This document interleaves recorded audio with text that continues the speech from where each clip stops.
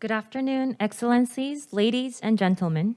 I would like to welcome all of you to the webinar on ASEAN-Korea Tourism 2021, Rebooting Digital Marketing for Tourism, co-hosted by the ASEAN-Korea Center, the Korea Tourism Organization, and Travie.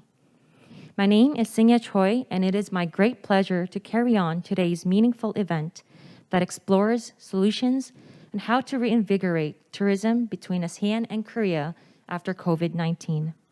Let me express my sincere appreciation for all the online participants and everyone who are with us this afternoon.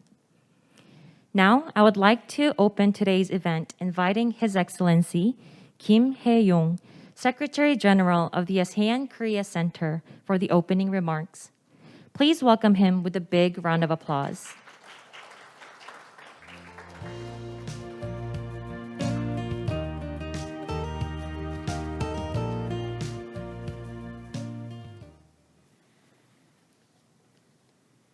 Good afternoon, all.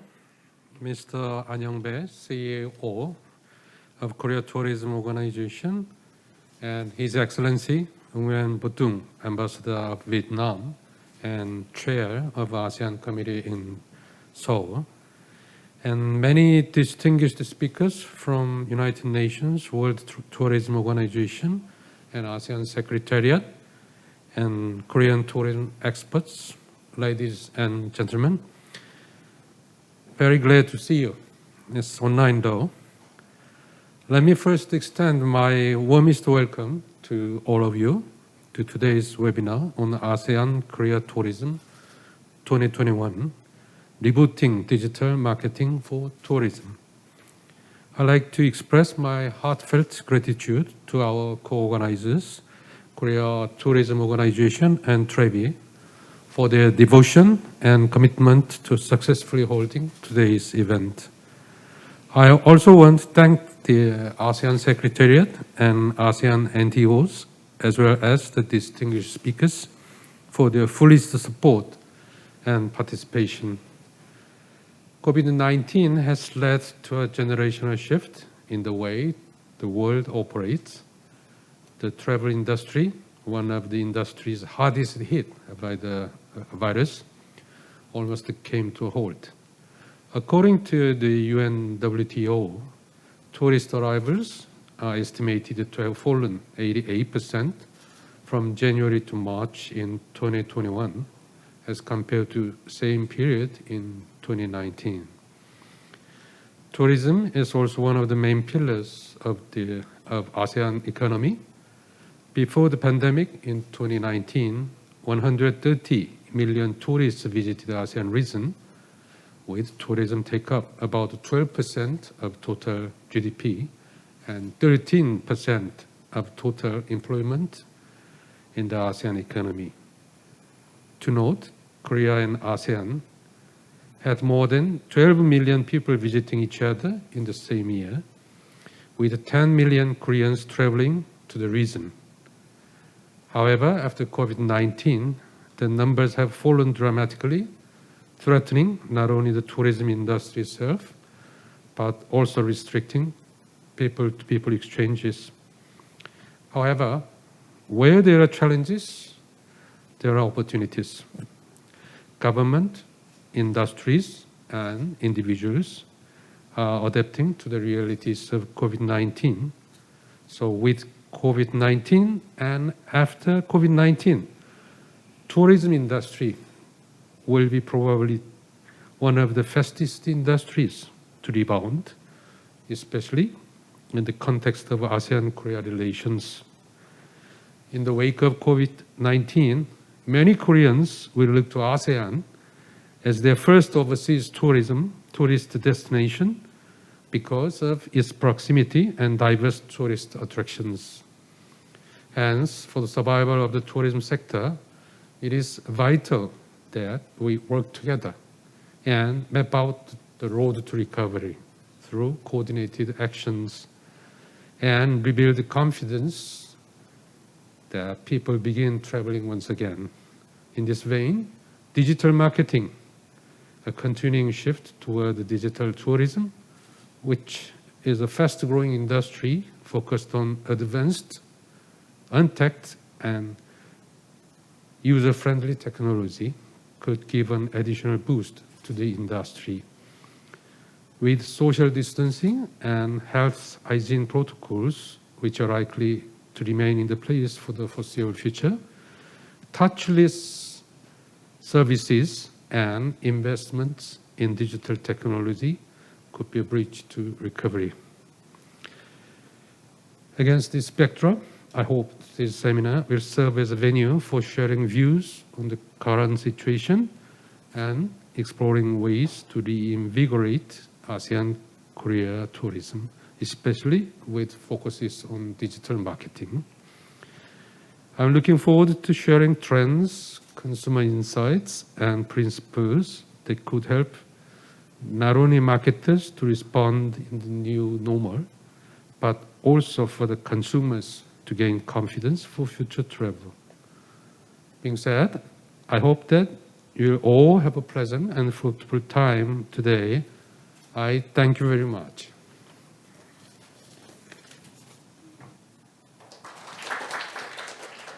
Thank you, Your Excellency. Next, please welcome Mr. An Young-bae, President of KTO, for his welcoming remarks. His remarks will be delivered through a video. 안녕하십니까. 한국관광공사 사장 안영배입니다.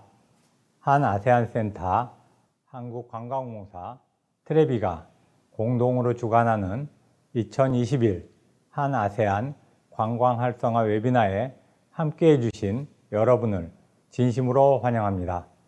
이번 행사 준비를 위해 애써주신 한 아세안센터 김혜영 총장님을 비롯하여 센터 직원분들과 트래비 관계자분들께 감사의 말씀을 드립니다. 코로나19로 국제관광시장이 여전히 어려움을 겪고 있는 지금 이번 웨비나는 어느 때보다 의미 있는 행사라고 생각합니다. 올해 웨비나에서는 디지털 마케팅 강화 전략이라는 주제로 최근 디지털화를 중심으로 빠르게 변화하고 있는 관광 트렌드를 살펴보고 특히 한 아세안 양 지역 간 관광 활성화 및 인적 교류 재개를 위한 전략과 전망 등 다양한 의견이 소개될 예정입니다. 이번 웨비나가 국내 관광 마케팅 전문가들의 고견과 성공 사례 공유를 통해 한 아세안 관광업계가 상생할 수 있는 방안을 모색하고 함께 재도약할 수 있는 밑거름이 되기를 기대합니다. 감사합니다. Next, please welcome His Excellency Ung-Yueng-Butong, Ambassador of the Socialist Republic of Vietnam to Republic of Korea and the Chair of ASEAN Committee in Seoul for his congratulatory remarks. His remarks will be delivered through a video. Mr. Kim Hye-young, Secretary General of the ASEAN-Korea Center, Mr. An Young-bae, CEO of Korea Tourist Organization, ladies and gentlemen, on behalf of the Vietnam Embassy and the ASEAN Ambassadors Committee in Seoul, I would like to congratulate the ASEAN-Korea Center for the efforts to overcome challenges caused by the COVID-19 pandemic, to organize many tourist promotion activities, including the seminar on ASEAN-Korea tourism today. I highly appreciate the objective of this workshop, that is to strengthen the working network, to update information on tourist policies and measures, to promote tourism cooperation between ASEAN countries and Korea. We all know that tourism is an important aspect of ASEAN-Korea relations, helping to boost people-to-people exchanges, enhance understanding of our cultures and histories, and promotes socio-economic development. Over the past time, the COVID-19 pandemic has seriously impacted the tourist industry as well as businesses and people engaged in the industry. Although the disease is still developing in a very complicated way, the recent developments, especially the vaccination and recognition of vaccination certificates between countries, have suggested the first steps towards the coming back of tourism in the near future. Today's seminars enables us to discuss the application of information technology of tourism development in the new situation, thereby contributing to the greater adaptation and innovation of ASEAN countries and Korea towards the revival of the tourism industry in the post-COVID-19 period, as well as supporting ASEAN countries to successfully implement the ASEAN Declaration of Digital Tourism. Allow me to wish all of you a fruitful seminar. Best wishes to you all, and thank you very much for your cooperation. Now, before we begin the sessions, we would like to take a moment to have a quick imaginary tour around the ASEAN countries through a video. Please enjoy.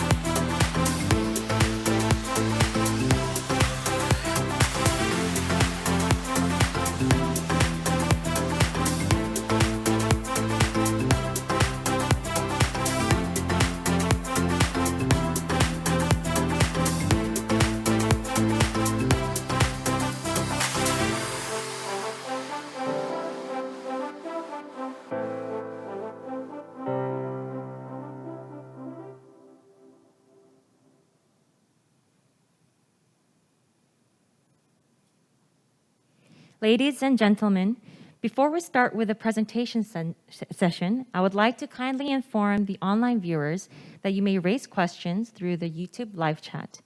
There will be a separate Q&A session after all the presentations are done. Also, please be informed that there is a lucky draw event for our online viewers towards the end of today's webinar. We ask for your active participation. Now, let's begin the first session on new norms for tourism, change policies, and ways forward. For the first presentation, we have Ms. Natalia Bayona, Director of Innovation, Education and Investment Department of UNWTO, who has joined our event through a video. Please welcome her with a big round of applause. Hi, everyone. It's my pleasure to be here today with you. Today, I have the honor to talk about the challenges that tourism is facing thanks to this pandemic. I have to say that the challenges of the tourism sector are the same before and after the pandemic. The thing is that COVID-19 has accelerated these challenges. I would start by saying that the 5 challenges that the tourism sector has are, first of all, innovation, second of all, education, third of all, investments, fourth of all, added value jobs, and fifth, or last but not least, sustainability. When we are talking about innovation, the main focus of our job is improving the tourism innovation ecosystem. I have to say that thanks to this journey, we need to improve the connection between governments, startups, investors, academia, of course, institutions, and the national governments. Today, I have to say that those connections have been improving the way we are innovating. Nonetheless, we need more pilot projects between startups and corporates.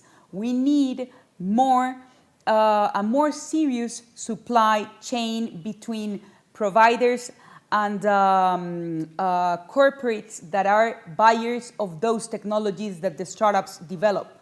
We need a more interesting venture capital culture. Just some facts and figures. The last year, $22 billion were invested in tourism startups. That's amazing because besides the pandemic, venture capital was increasing. Nonetheless, those entrepreneurs and those startups that received investment, 80% of them were based in the US and China, that are the more mature innovation ecosystem. So my question here is, what is happening with the other countries? What is happening with the tourism innovation ecosystem? We need to improve more in order to bring those capitals to emerging markets as Latin America, Asia Pacific, and African countries. That's why our role through startup competitions, challenges, innovation forums that are the UNWTO Tourism Tech Adventure Forums are part of the key strategies in order to foster a more mature tourism innovation ecosystem. Another fact, I don't know if you know, but from the 100% unicorns that are enterprises that are valued on more than $1 billion, only 5% are from the tourism sector. We need to help the internationalization process of the entrepreneurs. We need to connect them with investors, with corporates, with governments, etc. Second great challenge that we have, education. I don't know, once again, if you know, but this is really important. Tourism is the top employer of women and youth. Nonetheless, 50% of the young, talented minds working in tourism only have secondary skills. If we want to develop a high-level economic sector, we need to improve education. And digital education is here to stay. Thanks to digital education, we can scale up the way people are educated. Our aim this year is to have at least 30,000 new students in our UNWTO Tourism Online Academy. And how can we do this? Of course, developing partnerships with top universities. It doesn't matter if they are focused on managerial or vocational skills, but we need to improve the way people get a certificate in order to have a formal career and a formal professional path in the tourism sector. And of course, if I'm talking about innovation, that is the sector for youth. If I am talking about tourism, that is the sector of youth, of course, innovation and education has to be aligned if we want the third challenge, that is added value jobs. As I already said, 100 million jobs are under risk thanks to this pandemic. But of course, if we don't have people with a professional certificate, if we don't get the tools to help them to access, how we can preserve those jobs. So that's why inside our public policies from national governments, in our commercial strategies from the corporates, from the big hotel chains, from the big airlines, from the SMEs, in every single company that is working in tourism, every single company needs to have an innovative mindset, but of course, a strategy to train their employers to be better and to develop what always the people that work in education says, to be a lifelong learner. It means to study, to learn, to relearn, to unlearn, but we need to help people to gain new skills, skills on technology, skills on big data, skills on how to measure and how to deal with artificial intelligence. But on the other side, to deal with humanities, because this is the more human economic sector. So of course, we need a hybrid model between bringing leaders full of commitment, of communication skills, on political skills, but on the other side, we need hard skills as well. And that combination will help us to create a high-level economic sector.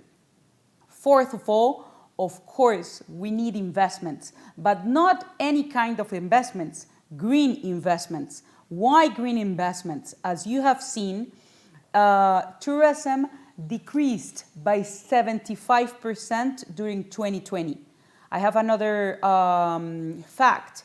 Foreign direct investment decreased 75% as well. So if we want investors back, of course, we need economic incentives, tax incentives, and everything related to political and legal stability with, of course, a very serious framework. But our aim in the UNWTO is to promote green investments, to promote that investors bring their capital to create sustainable cities, more modern cities, but of course inclusive cities, inclusive destinations, inclusive amusement parks that are full of commitment with the environment, with technology, with the human beings, and of course that thanks to their investments we can create added value jobs focused on the power of tourism. That's why we have been partnering with the International Development Bank, with the IFC, and with other international financial institutions, because we know that together, through a legal framework, through a political stability, and of course, with a multilateral message on what we know that will recover the sector again, we will have a very powerful message and we can help investors to develop a tourism investment culture thanks to this framework. And last but not least, of course, sustainability. Most of the people think that being sustainable is about working with the environment and for the environment. And to be honest, being sustainable is not only talking about the environment, it's about at least working with communities, working with the most vulnerable people, working for inclusion, using technology for good, and of course, to take care about the environment. So, of course, after this pandemic, I have learned, and I know that you all have learned about how sustainability needs to be part of our lives. So, if we develop a more sustainable framework where innovators bring solutions for a more sustainable development, if we bring green investments, if we create curricula inside the institutions in order to promote sustainability, and last but not least, if we add value through our jobs in order to take care and to give back to the community, thanks to the tourism sector, we are using the sector to become from important to relevant. I know that today you will have a lot of conferences, but I would like to end with this final message, that is, the responsibility of recovering the tourism sector is from all the tourism ecosystem. Is not only the responsibility of the UNWTO, is not only the responsibility of the governments, it's not only the responsibility of the private sector. We all need to recover the tourism sector. To recover the tourism sector, responsibility is part of our job, and educating people, improving innovation, working on added value jobs, and developing a more modern, sustainable, and innovative tourism will help us to recover this sector again and to lead by example by using resilience and by using this high-level network that is the human network in order to improve the way people live, the way people travel, and the way people are educated. Thank you so much and enjoy the journey. Thank you very much, Ms. Bayona. Now, may I invite our second speaker, Mr. Ki-jung, Executive Director of Digital Marketing Department of KTO, to share his presentation. Please welcome him with a big round of applause.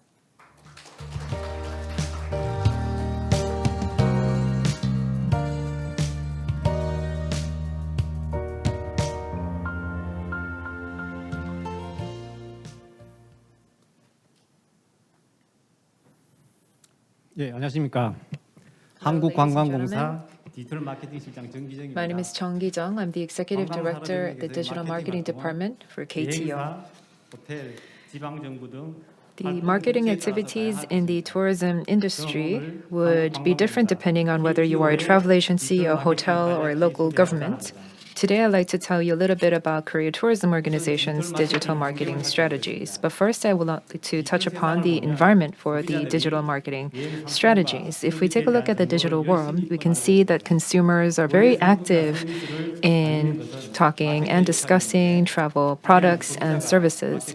This was something that marketers used to do in the past. However, now consumers have taken the place of marketers. Secondly, we have to take a look at the fact that consumers are connected to websites, apps, social media. Therefore, central governments, local governments, and even individuals can reach someone else on the other side of the earth and engage in direct marketing efforts. There are numerous products and services that are out there competing for the consumer's eye. Therefore, it's more difficult now, more than ever, for a marketer's product and services to attract the attention of consumer.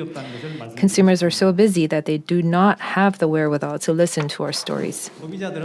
Consumers act on their own thoughts and their opinions, not ours. This means that if a consumer doesn't like an idea or a product or service, he or she will turn his or her head away and look the other way. Consumers in the connected era cannot be seen as a single person. The connected consumer can exercise extremely powerful influence both online and offline. This means that the marketer's destiny depends on the consumer's choices. The consumer is no longer a king. The consumer is a god. How can we have successful digital marketing tactics when we are trying to appeal to the gods? The first thing that we have to look at is that we need to have compelling content. Let me show you a brief video clip.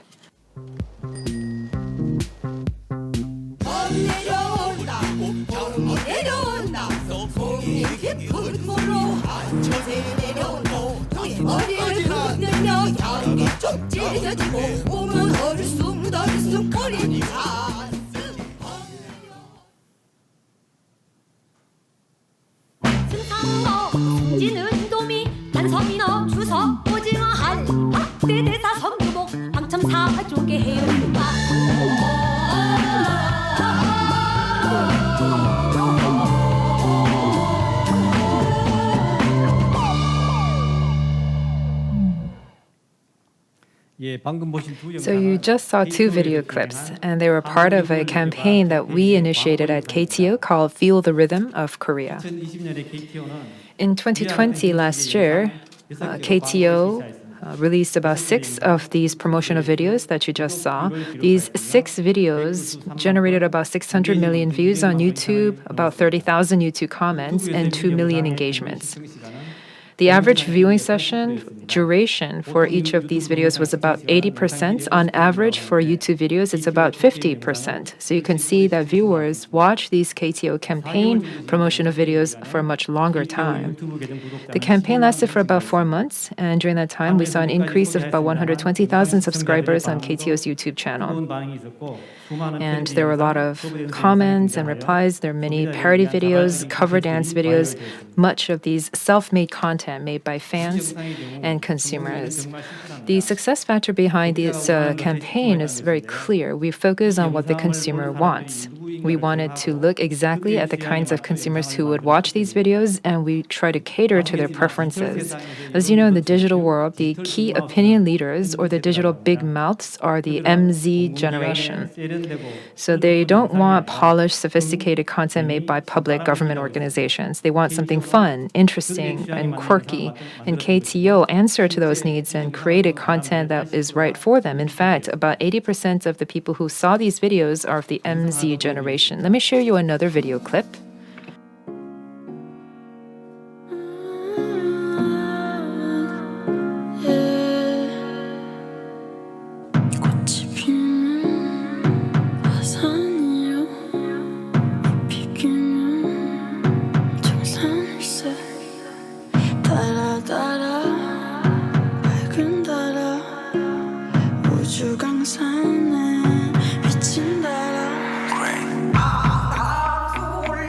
내 중심으로 강강 쏠래 이거 학교 된 거 그냥 놀래 북북동이네 동네 내 중심으로 강강 쏠래 Turn around slow down 멍 때려 아무것도 안 할래 바보 같은 짓만 골라 주머니는 무겁지만 I don't live play again 다시 보긴 결제 띵배 아니고 난 배짱이 우리 엄만 이런 날 놀래 대한학교 설레비네 첫 번째 기만 들이고 나까지 난 볼래 Oh way 관세음 보설 참을린 그래 내다 가만히 그나대다 I pray for myself 못 되라 우리 번님 어디 가고 모두 신어 세워라 내워라 답답한 건 넌데 왜 나를 보잖아 세워라 내워라 달아 밝은 달아 우주 강산에 비친 달아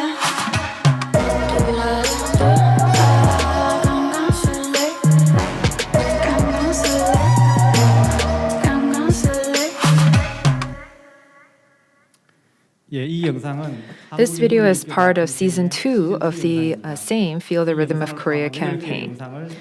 There were 8 videos as part of this second season, and they were uploaded to YouTube just last week, about September 3rd. In just about 7 days, we saw an increase of 35,000 subscribers to KTO's YouTube account.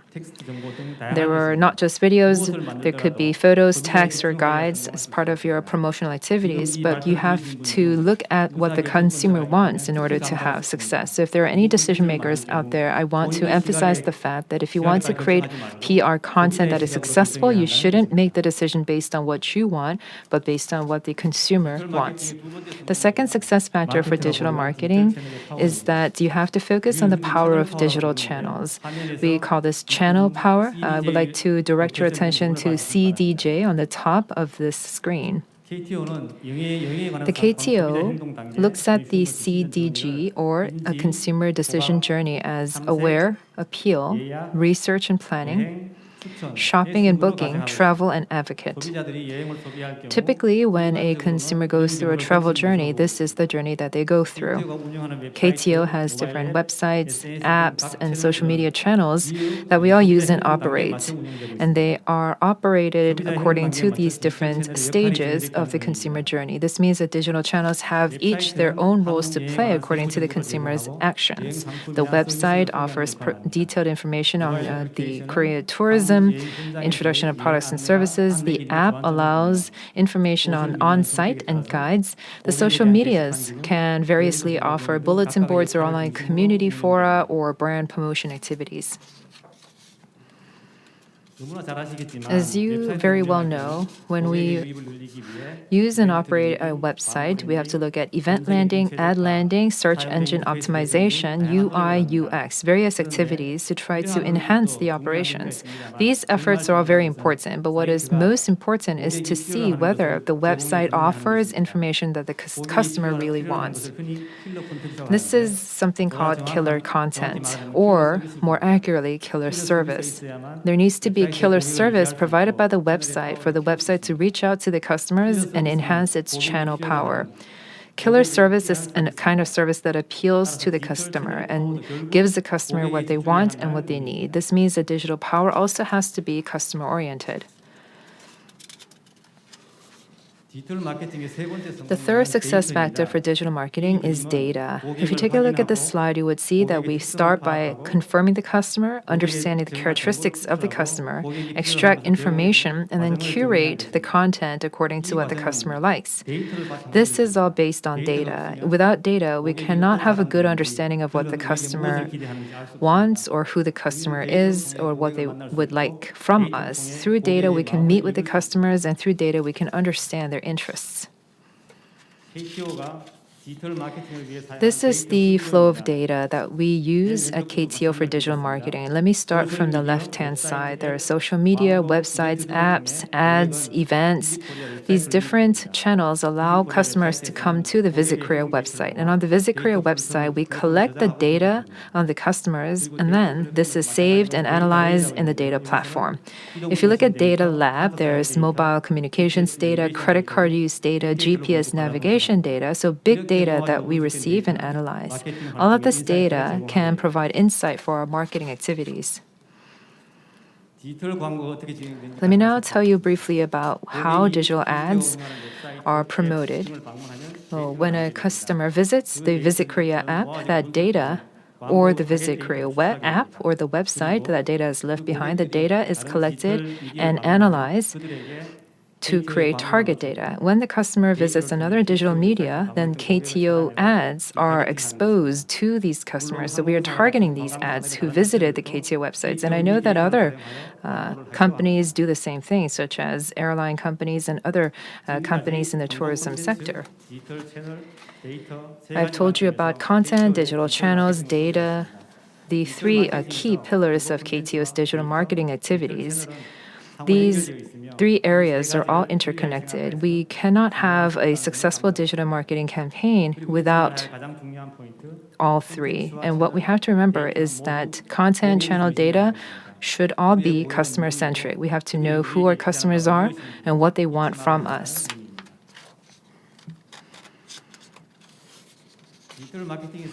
With digital platforms, recently we've seen the internet phenomenon, the social media phenomenon, and recently the new phenomenon is the metaverse phenomenon. There's Zepeto, Fortnite, Mindblocks, and all of these different metaverses. They are typically used by teenagers right now, but going forward, there would be very strong digital platforms that is used by everyone. If you take a look at this photograph, this is a screenshot of a metaverse of Han River map that we have created on neighbor Z's Zepeto in 2020. You can see that a Zepeto user can go on this metaverse, go through Hangang River, get on a water taxi, buy something from the convenience store, and take a look around and take photographs. This was open for service in November of 2020, and by August of this year, we've seen about 20 million people visiting this universe, which is becoming very real. Along with metaverses, we've also seen the rise of virtual humans or digital humans. So we've seen Rosie or Lil Michaela or Imma. About 1,000 different digital humans are being actively used in marketing activities. And as you can see on the right-hand side, many Korean companies are also making use of these digital humans. KTO is also going to roll out its own digital human to engage in these tourism promotional activities. Digital humans don't have a right of publicity, and you don't have to pay them model contract fees. So that is a plus. Let me now show you briefly a 30-second clip.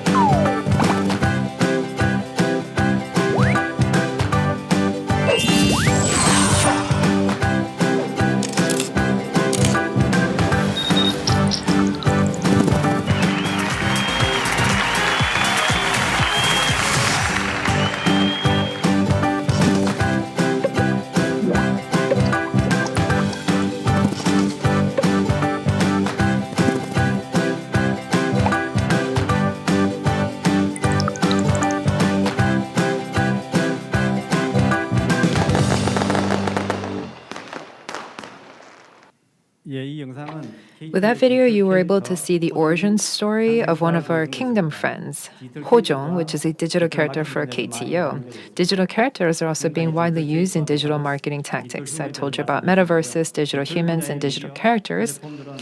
These media and platforms are evolving so quickly in the digital space, and they're going to be utilized more widely. So as a marketer, you would have to stay tuned to all of these different transformations. I told you briefly about KTO's digital marketing strategies. But what I've told you is not the correct answer for everyone. Depending on where you are, what your company wants, your digital marketing tactics would be different. But content, channel, and data are the three key factors that you have to consider. And if you can organically combine them and make use of good new technologies, then I believe your digital marketing strategies will be successful, and I wish you all success. Thank you. Thank you, Mr. Jung. For our next presentation, we have Mr. Oliver Chong, Chairperson for the ASEAN Tourism Marketing Partnership Working Group. Please welcome him with a big round of applause. Thank you. Good afternoon. His Excellency Mr. Kim Hae-yong, Secretary General of the ASEAN-Korea Center, and Mr. Ang Yong-bae, Chief Executive Officer of the Korea Tourism Organization, ambassadors, and distinguished guests. A big thank you to ASEAN Korean Center for inviting me to speak. As introduced, I'm Oliver Chong from the Singapore Tourism Board. On behalf of ASEAN, I'll be bringing you through ASEAN's tourism digital marketing strategy that was formulated and approved just last year. My presentation will be in 3 parts, touching first on the changing tourism landscape, how that led to our strategic thrusts, and then ending off with how we have performed in implementing this strategy. First, on the tourism landscape.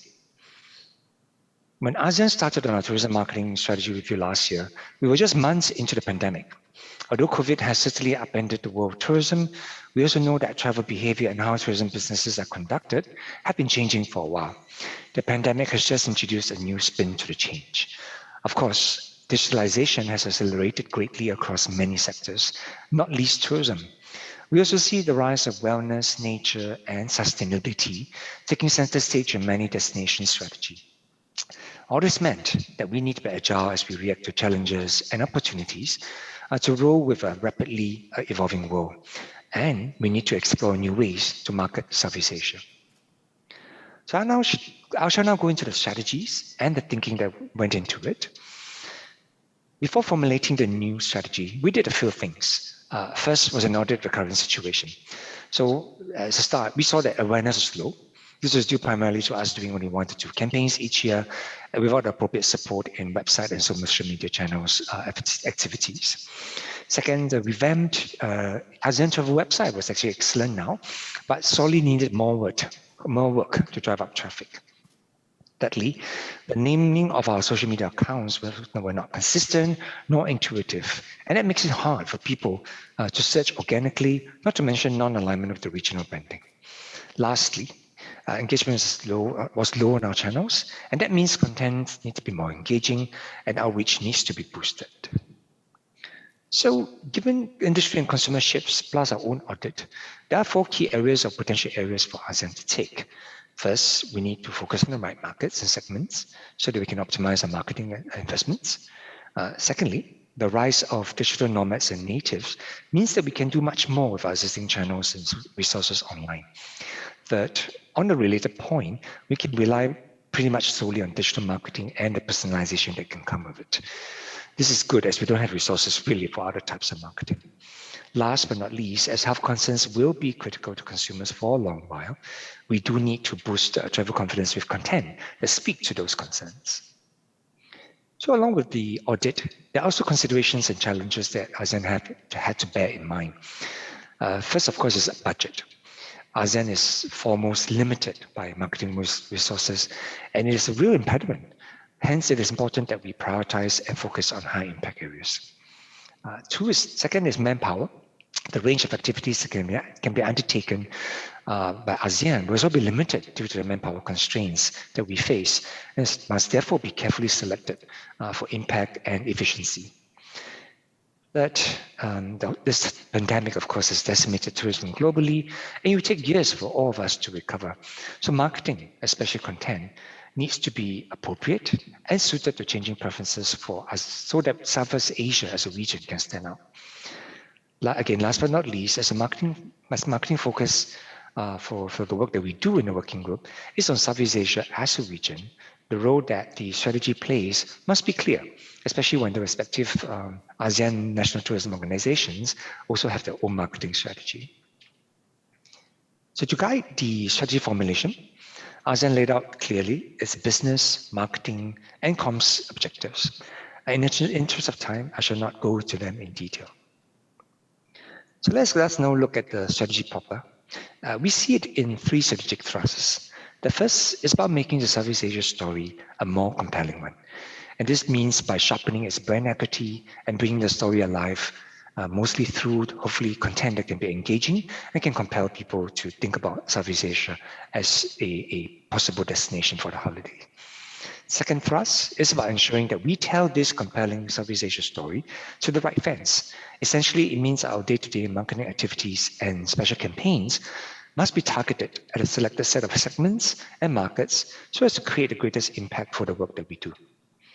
Last, the thrust is about prioritizing our marketing resources on the right part of the consumer journey, again with the view of creating the maximum impact. So let's take a look at the first of this, the three strategic thrusts, which is making the Southeast Asia story, brand story more compelling. For this, we started by looking at the Southeast Asia brand through the Brand Island framework because it helped us to shape how we think more specifically about the brand. And in doing so, we reviewed the core strengths, the traits of our brand personality, the brand benefit, as well as the expression. And with this, ASEAN was better able to think about how we could convey the right messages and content to our target audiences so that the Southeast Asia brand can be brought vividly to life. Now, this step is an important one because it helps to lay the foundation for making our brand story more compelling. Of course, reviewing a brand alone is not enough. We need engaging in appropriate content so that the brand can be brought to life through various ways and through various images, footages, etc. So to do this effectively, we followed Google's Hero Hub Hygiene content type framework to achieve our business objective of raising consideration. And because we are working with limited budgetary and manpower resources, we will prioritize hub content, or content that are regular and yet engaging with our target audiences. To extend, of course, the creation of content to enhance the Southeast Asia brand equity, we also incorporated a framework to guide our approach to content creation and curation. Again, this is with the intention of helping us to focus on what would work best for ASEAN given our constraints. Here, you can see that we will be working mainly with influencers and consumers to curate and co-create a variety of content for our various channels and platforms. The creation part is still important, but we will devote resources for that very judiciously, while day-to-day activities will revolve around our social media communities and getting them more involved. As mentioned earlier, the way we used to name our social media channels was inconsistent and non-intuitive. It did not bode well too for how our regional branding comes across. Hence, as our website and social media channels are very central to our marketing activities, we have now aligned the name of Visit Southeast Asia all across. So as you can see here, our social media accounts are now aligned with the website for consistency and ease of recall. It's all now Visit Southeast Asia, and this also highlights the region's geographical identity for such purposes. Let's move on to the second strategic thrust, which is about targeting a more selective set of markets and segments. Now, I think I've mentioned quite often already our tight resource constraints, but it's truly a challenge we face. As such, we have to review the list of markets that we looked at for a more targeted approach to avoid spreading ourselves too thinly, and of course, in the process, making sure that whatever impact that we have in the markets that we chose would be optimal. With that, we took a three-step process to determine how we can further narrow down the markets and segments we need to target in the next phase of our strategy. In the first step, we start by looking at target markets that are already major contributors of visitor arrivals to the Southeast Asia region. Here you can see these are the top markets that we currently have. We have excluded intra-ASEAN traffic as the focus of our strategy is about marketing Southeast Asia as a single destination to attract visitors from countries outside of ASEAN member states. Step 2 is about narrowing down to countries or markets that have English as a predominant language. Why do we do that? Again, unfortunately, this is due to limited resources, as there's no way we could cater for other languages when translation costs are so high. Also, as we're only doing digital marketing, English is the predominant language that these channels that we use will be best suited for. In the final step, after selecting the top English-speaking markets, which is really Australia, UK, US, and India, we then zoom in on the segments or personas that are most comfortable with technology and digital platforms. This is, of course, for the simple reason that we can only undertake digital marketing, and we cannot afford to waste resources on segments that are either uncomfortable with or perhaps even reject digital. Examples of personas to target are what you can see here, pioneers and pragmatists. Finally, the third strategic thrust is about sharpening the marketing delivery. And what do we mean by that? This is essentially by looking first at the typical consumer journey for travelers that look to travel or to look for the next destination for them to holiday in. As you can see here, each of the 6 stages in the consumer journey involve different marketing activities that can be undertaken and the channels that could be used. Each stage also involves different players and different partners. For the considerations and constraints that I've shared earlier, our ASEAN digital marketing strategy must be clear and focused on the most impactful part of the journey, of the consumer journey. So with these constraints at the top of our minds, our view is that the greatest impact for marketing activities will be at the passive stage, and in particular in the passive phase, and in particular at the consideration stage. So here, you can see how we have really broken down the activities into the different stages. So the majority of the activities that we will be embarking on are in the passive phase, and quite a large part of that will be in the awareness and consideration stage.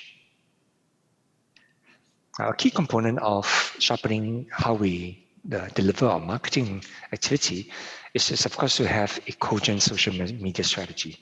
By being very focused and organized with our content, scheduling and analytics, we believe we'll be able to grow our fans organically. But on top of that, we also believe that it's critical that we also add social media ad boosting. In addition, we also reviewed what no longer works for ASEAN. Hence, we have made the decision to decommission our Twitter channel and focus our resources on Instagram and Facebook so that we can be more effective in what we do on those 2 channels. At the same time, we believe we should not shy away from exploring new social media channels that might be coming up, especially when there are new trends coming online almost on a regular basis in digital marketing.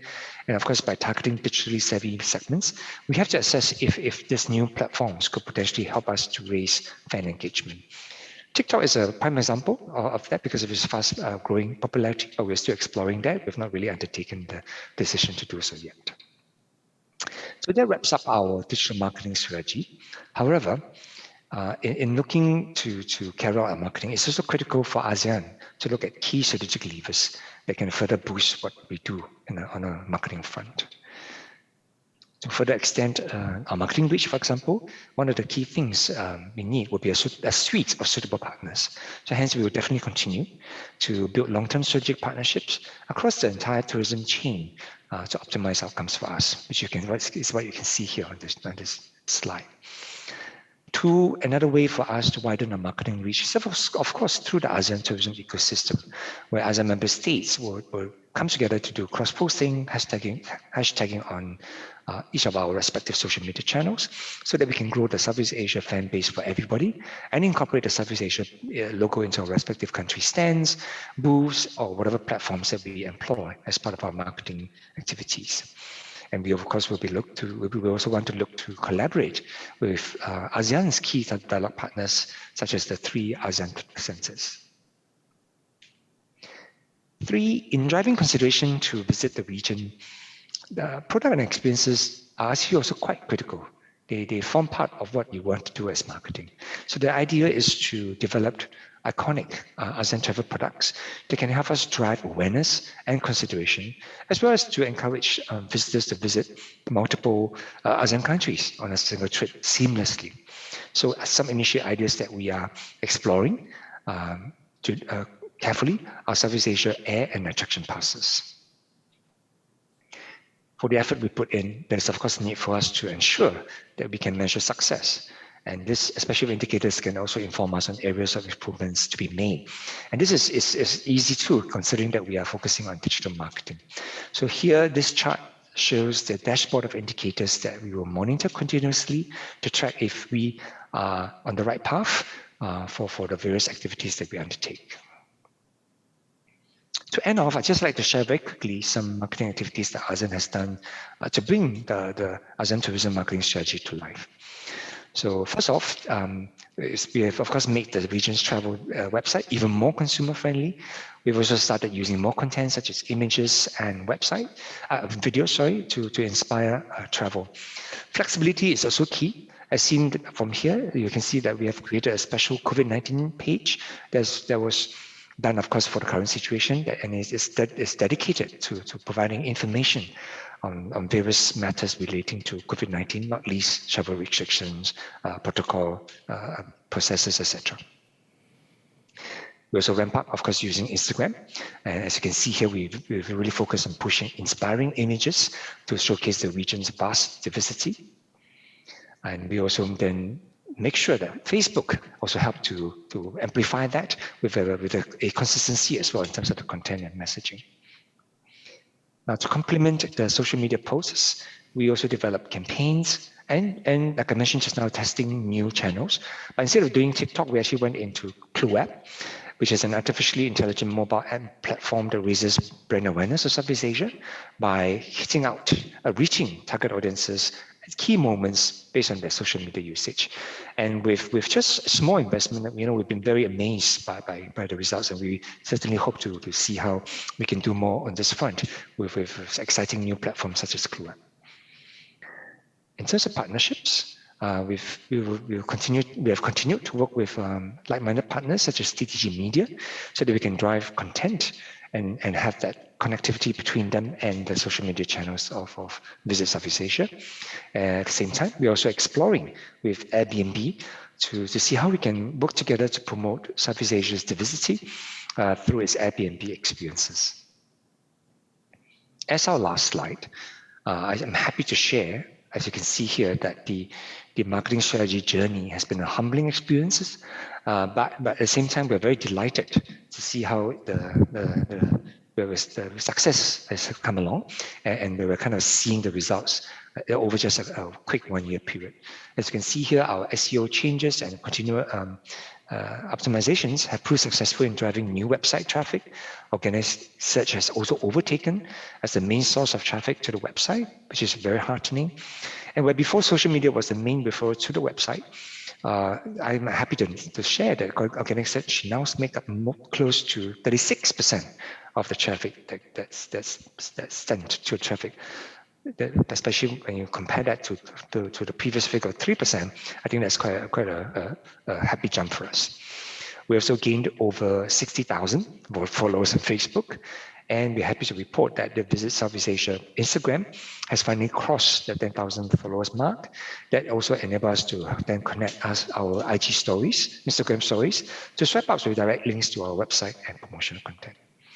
So with that, I end my presentation. Thank you.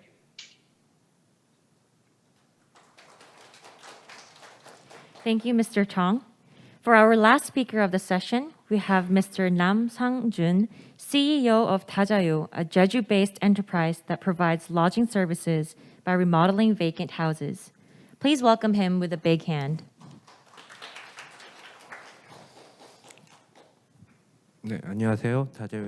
Hello everyone, I am Sung-jun, the CEO of Dazayo. We are not a data analysis company or a data company, but startups use data for decision making. I'd like to talk about that point. Our company uses vacant homes, and on a long-term lease contract, we renovate them and we provide such renovated houses as accommodation facilities. We started in Jeju Island. It is the southernmost island located to the south of the Korean peninsula. And everyone imagines a beautiful island, like the picture on the right-hand side. And we were designated as the World Heritage, and we were the #1 domestic destination in Korea. And if you Google images of Jeju, you can see natural beautiful scenery, and 90% of the tourists that come to Jeju, they come to Jeju to experience the beautiful nature. And before COVID-19, more than 10 million tourists came to the island, and even after COVID, we still have more than 10 million tourists coming to the Jeju Island. Many people come to this beautiful island, but this is not a large metropolitan city. So, because of employment or school opportunities, many youth move to large cities like Seoul or Busan. So, in the rural areas, there are so many vacant homes left behind. And we believe that the rural areas, in order to bring back more people, widening the roads or building roads and other infrastructure and building resorts, that is overdeveloping the region. And this is an ironic situation because there is overdevelopment going on to provide more facilities in the deserted places. So I thought out of the box. I thought about why not utilize the vacant homes that are left behind. Then we can have differentiated lodging that are different from the cookie cutter hotels. And this is also in line with sustainability. And I thought this could be one of best practices found in tourism. And so that's why we decided on the idea of signing a long-term lease contract with these houses and providing them as accommodations. We do have the likes of Airbnb, and after COVID-19, there is a growing need for such private cottages, and 119.5% increase was recorded for future demand for private cottage. The travel industry is changing. People want to experience the local culture. They want to stay longer, and Airbnb went public. And in COVID-19 and post-COVID-19, it's not that people want to go to famous places. People would tend to go to less crowded places. And private cottages are preferred over hotels because they are considered safer. And tourists want safer and cleaner accommodations. So, where are such quality lodgings? These deserted homes are in less crowded villages, and they do provide the clean accommodations. And if they have better facilities than hotel suites, then I think the tourists will welcome this new type of lodging. And if we could renovate such homes into private cottages, then this would be equal to 32,000 rooms, and this would be replacing 100 or 300 hotels. And this takes up landmass of 652 square kilometers. The capital city of Maldives, Malé, is 6.8 square kilometers. And if we had replaced all the deserted homes, then we can protect 96 of such Malay cities. That would be the equivalent size. We looked at various data, the number of vacant homes and the demand for a private cottage, and we made decisions accordingly. And we started a business, but we asked ourselves this question again. Are guests willing to pay for a valuable business? And we needed further data. And we thought of new ways of funding.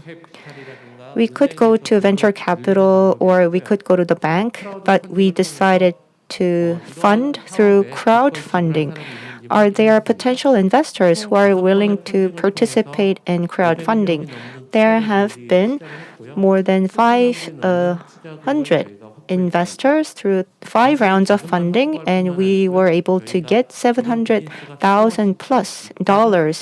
And this was not just a business-wise benefit, but also we could gather data. We have 350 shareholders and 350 fans, and we could have a start of another fandom marketing. Whatever happens, the 350 shareholders will support us, and they will be our ambassadors and evangelists. And I'd like to show you the process of how we renovated these vacant homes.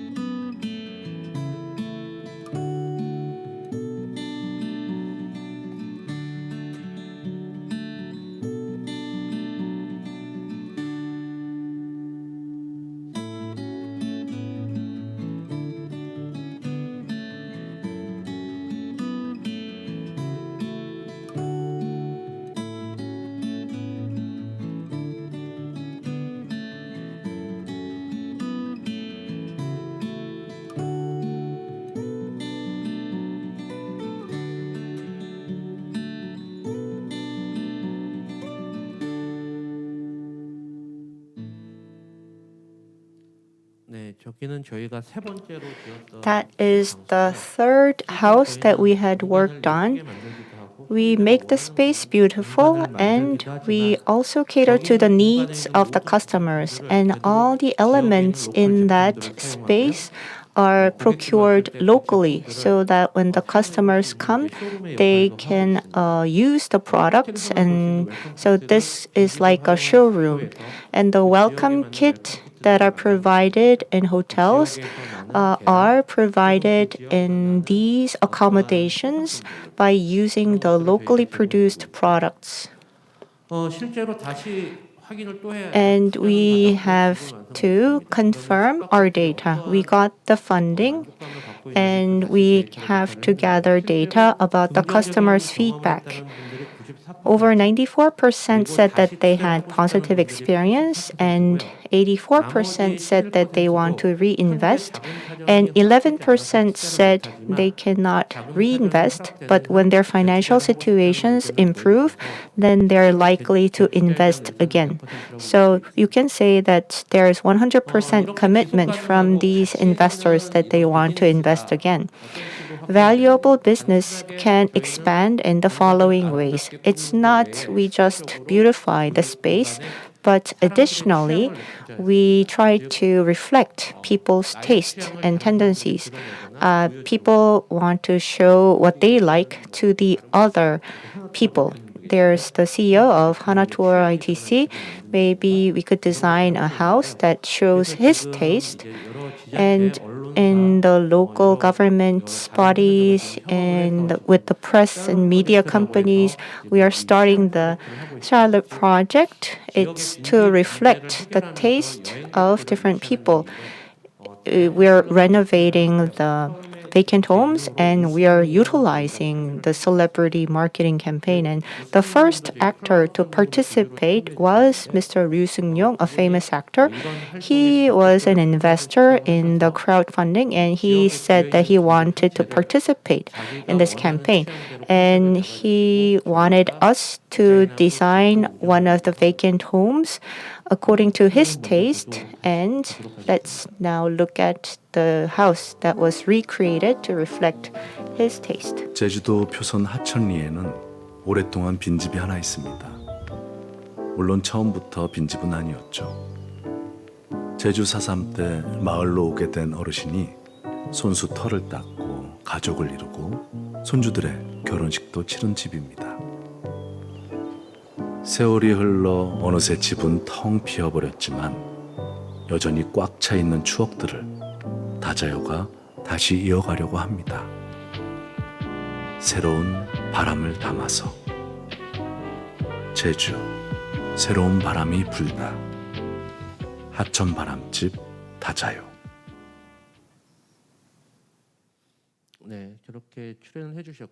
So he appeared in one of our campaigns, and our business can expand in a better way. In proceeding with our business, we had one-off data to work on the number of vacant homes, consumer needs, travel trends, and regional characteristics. The data was sitting on silos, and we needed intuitive thinking.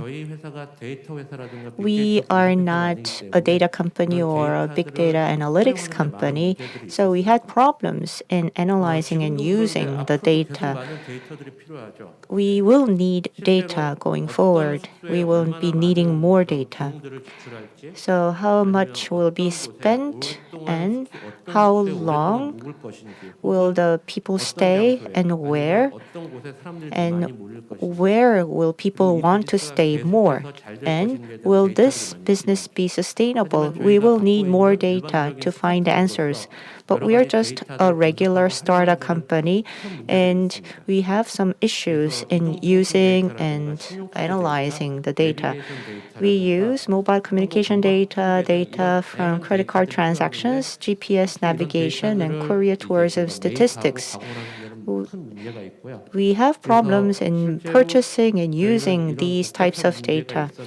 We had this complex problem at KTO. Data lab provides a lot of big data, and we were able to get help from the processed data. So intuitively speaking, where do we want to start our business? We look at the number of visitors and the search trends. And so the startups could get a lot of help in analyzing the big data. We have people from the ASEAN countries. If you want to foster more startups, I hope that you could provide the big data platforms to enable the companies to make decisions. With that, I'd like to conclude. Thank you very much. Thank you, Mr. Nam.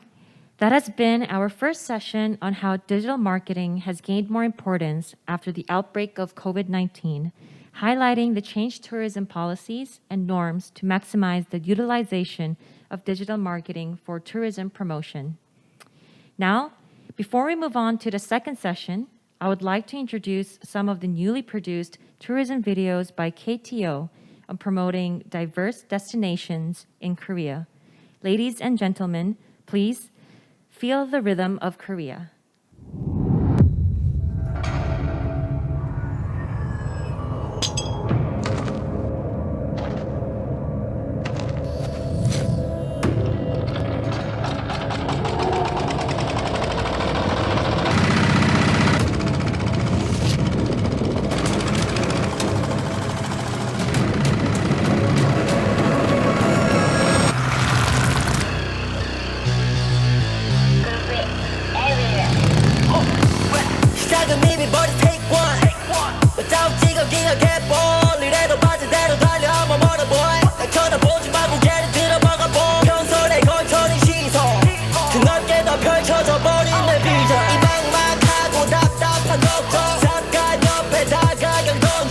지금만큼은 축제 다 펼쳐넣어도는 지금의 기분 구름을 넘어서 노래시네 다시게 이 노을 고파 확실해 느껴져 너의 온도차 여기서 멈춰버리면 이손해야 내가 매긴 말야 천지를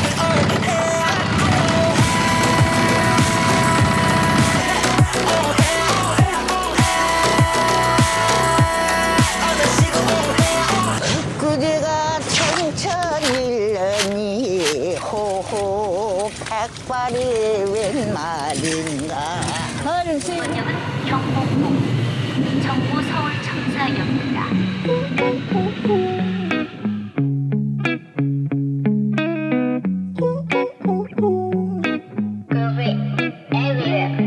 I remember like my first time 잊지를 못해 우리 처음으로 만난 그날은 내게 마치 환상 yeah. 수많은 사람으로 가득했던 한강 And it was so beautiful just like your face 젊고 아름다운 난 서울 같아 난 아주 trendy하지만 너만의 이야기가 해서 너를 내게 말해줘. I'm just tryna love you better.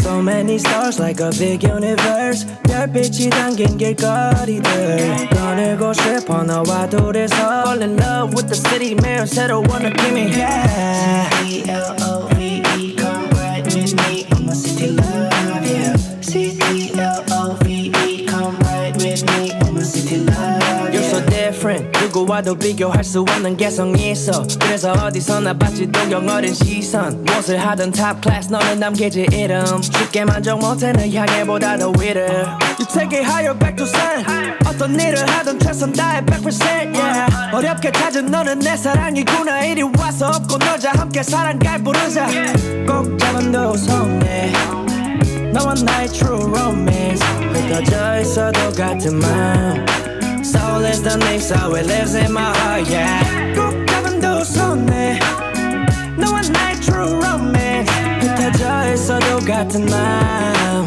Soul is the name so it lives in my heart yeah C-T-L-O-V-E come right with me on my city love yeah C-T-L-O-V-E come right with me on my city love yeah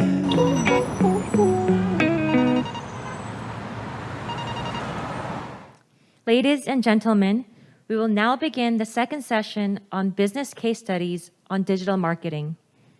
For the first presentation, we have Ms. Yang Pil-eun, Head of Digital Transformations Solutions at SK Planet, which operates industry-leading platform business, including OK Cashbag, T-World, T-Map, and Melon. Please welcome her with a big hand.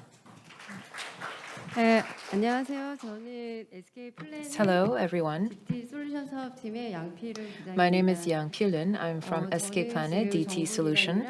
I worked with local governments and central governments to provide digital marketing campaign solutions for different local festivals and other events. I would like to thank you for inviting me today. Today I'm going to take this opportunity to talk about Taebaek and Cheongsan, two regions in Korea, and talk about digital transformation-based customer experience marketing.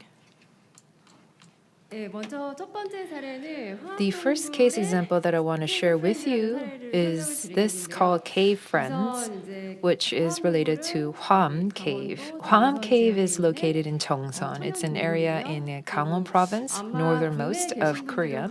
I think here, if you live in Korea, you may have had the chance to visit Hwam Cave.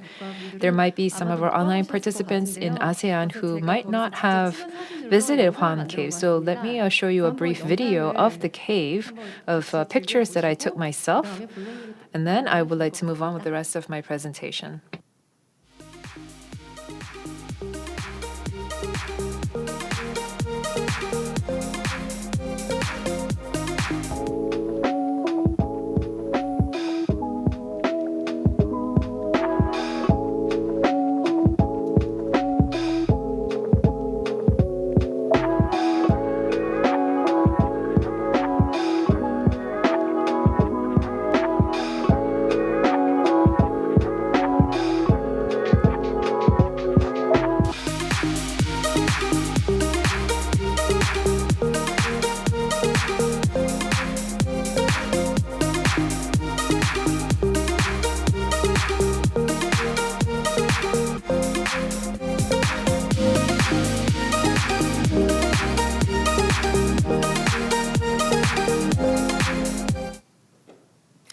보시니까 조금 이제 느낌이 오셨나요? I hope that gave you a glimpse into Hwam Cave. 화암동굴은 지금 Hwam Cave, because of COVID-19, 오픈하기로 했는데 we had to push back this event that we had planned for August. So it has been postponed, but we have been working together with the local officials at Cheongsan government. I asked them if I can reveal and disclose this information to you, and they said yes. So I would like to thank everyone at the Cheongsan local government for giving me that permission. I would like to tell you a little bit about how we use AR and AI strategies to try to engage in these contactless digital marketing strategies. We looked at the customers in Cheongsan, and through this K-Friends AR event, we reached out to the customers who are interested in Hwam Cave. The purpose behind this digital marketing event was to try to reach out to customers who would be potentially interested in going to Hwam Cave and get them to have an heightened interest on the cave, so perhaps that could lead to later visits to the cave. The campaign would occur in the entrance of the cave, but like I said, because of COVID-19, it had been pushed back. The campaign would allow you to take your phones and go into the cave and play this game on your mobile phone as you go around, navigate the cave, and continue to get rewards. And we have worked in terms of the media mix. We looked at 12 million of our OK Cashback app users and also Sear Wallet app users. And Target push and geofence push and banners were what we used as part of our media outreach. We wanted to make use of our big data marketing solutions. So we looked at the people who visited the Hwam Cave, and we did real-time analysis of the people who visited the cave and people who participated in the getaway or the different events, and did real-time big data analysis. And we also engaged in an actual gift getaway, and we gave gifts, pure gold coins and different goods and merchandise with the characters engraved on them, as well as free passes to the different local attractions.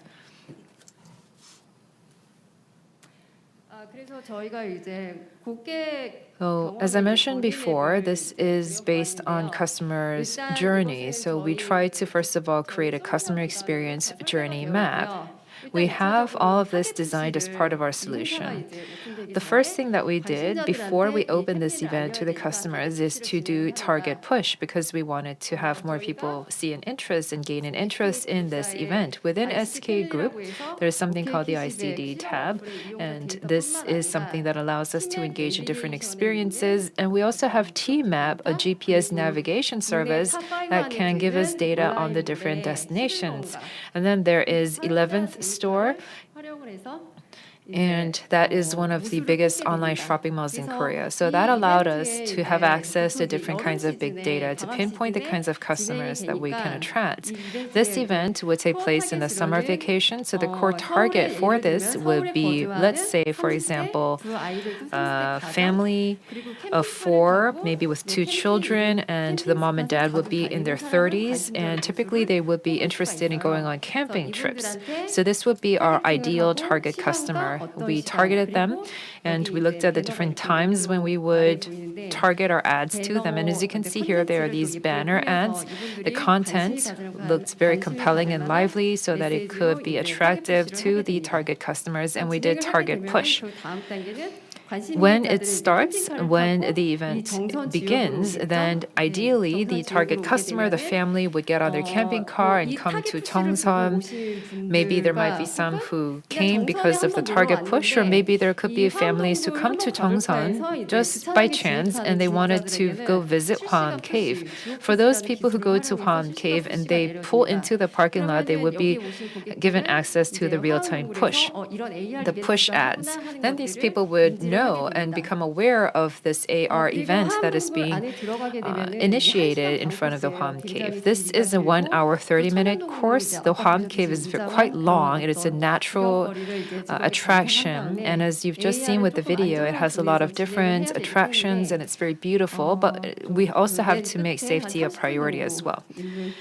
In the last 30 minutes of the tour, it's quite interesting and very fun with the different attractions. So in the AR zone, you would see that there's these different stone formations, and when you can get all these different monsters or these characters that you see on the game, and when you catch or grab these monsters, then you'll be given a reward, and depending on how many rewards you get after you win the game, you would get other gifts.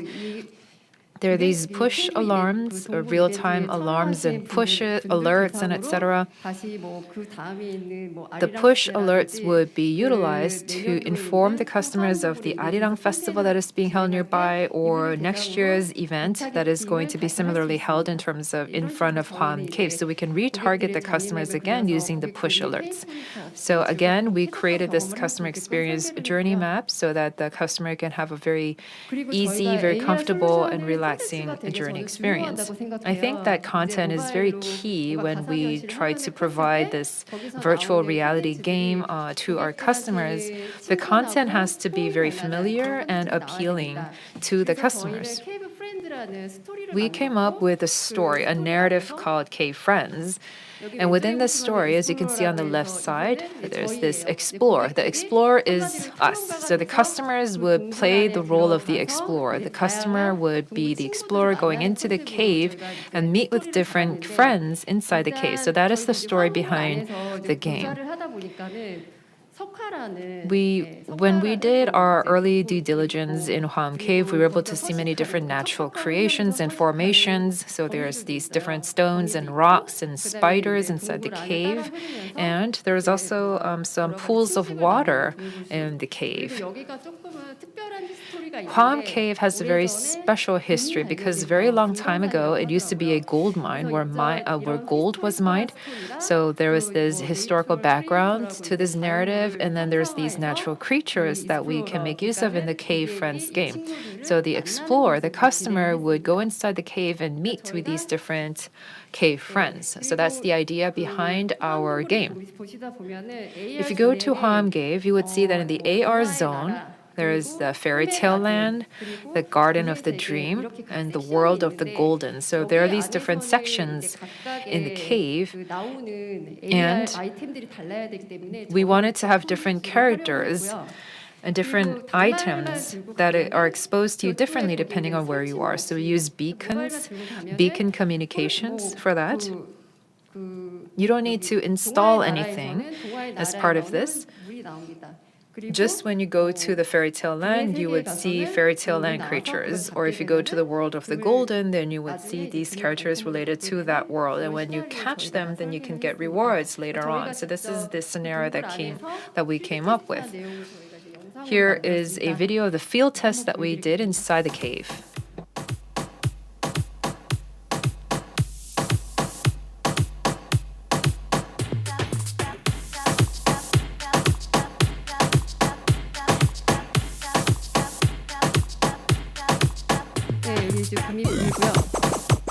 So there's one character and you would catch it.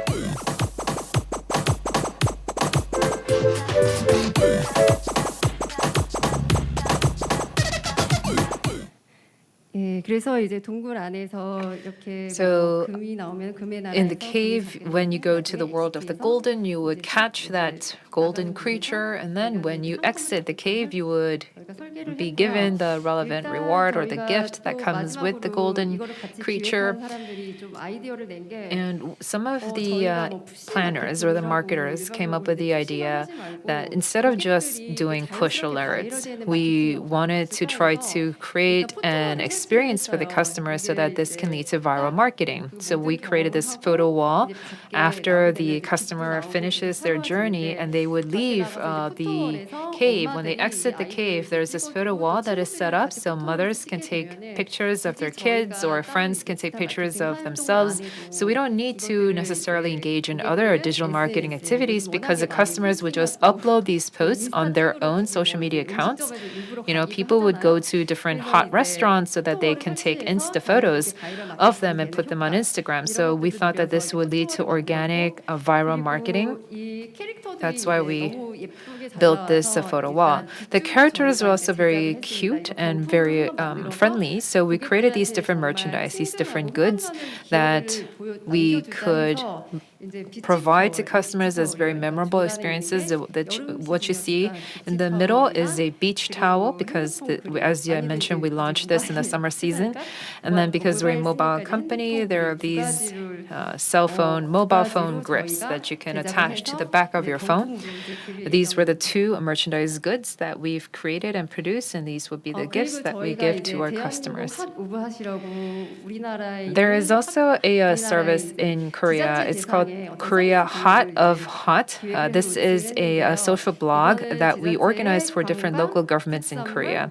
And the Korea Hot of Hot looks at different festivals or attractions in Korea, and we have chosen the hottest of the hot attractions. So it's a social blog. We also provided content on Hwam Cave's AR game and the interactive media content through the Korea Hot of Hot service so that other customers can become aware of Hwam Cave AR campaign. This is something that we're going to initiate soon. The Hot of Hot was launched in March. We also did website landing services, but we've seen instances where one or two local government websites would crash because it couldn't take the uptick of traffic. So that is a challenge that we had to deal with, but right now it is being widely used as an effective platform. The second case example that I want to talk about is something that we had at Taebaek. This is a stamp tour that was held in August of last year. The city of Taebaek asked us to try to come up with an attraction. They came up with a scenario where a customer would go through different attractions in Taebaek and get at least 3 stamps for each of the attraction. And as you can see here, we have created the solution called geofence push. And this means that if you go into this area, then you would receive this push alerts, and when you click on this, then you can go to all of these different attractions, and each time you go to the attraction, you can get a stamp for the attraction. In the past, if we were to do this offline, you can do this with paper. So for that, you have to install a map, or you have to go somewhere to get the paper map and then go somewhere to get a physical stamp on your paper map. But we don't need to do that anymore as long as you have your mobile phone. And once you enter into that territory, then you would be notified with a push alert. And then you can just click on it and you would automatically be enrolled in that event. And then you can get all the stamps virtually as well and get rewards. We also have a video for this as well. This is the Hills of the Wind in Taebaek City, and this is a video that we actually shot there.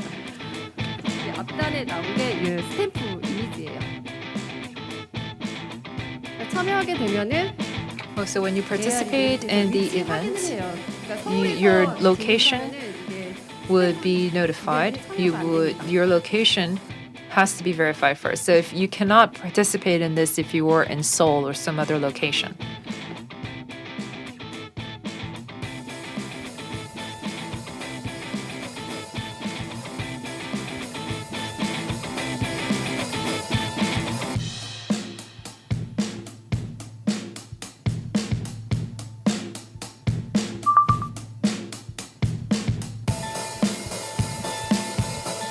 그래서 이제 뭔가 AR을 잡아서 So again, you can see that using AR, you can get the stamps for the relevant attraction that you're in, and then you can exchange your stamps for a gift of your choice at the end of your tour.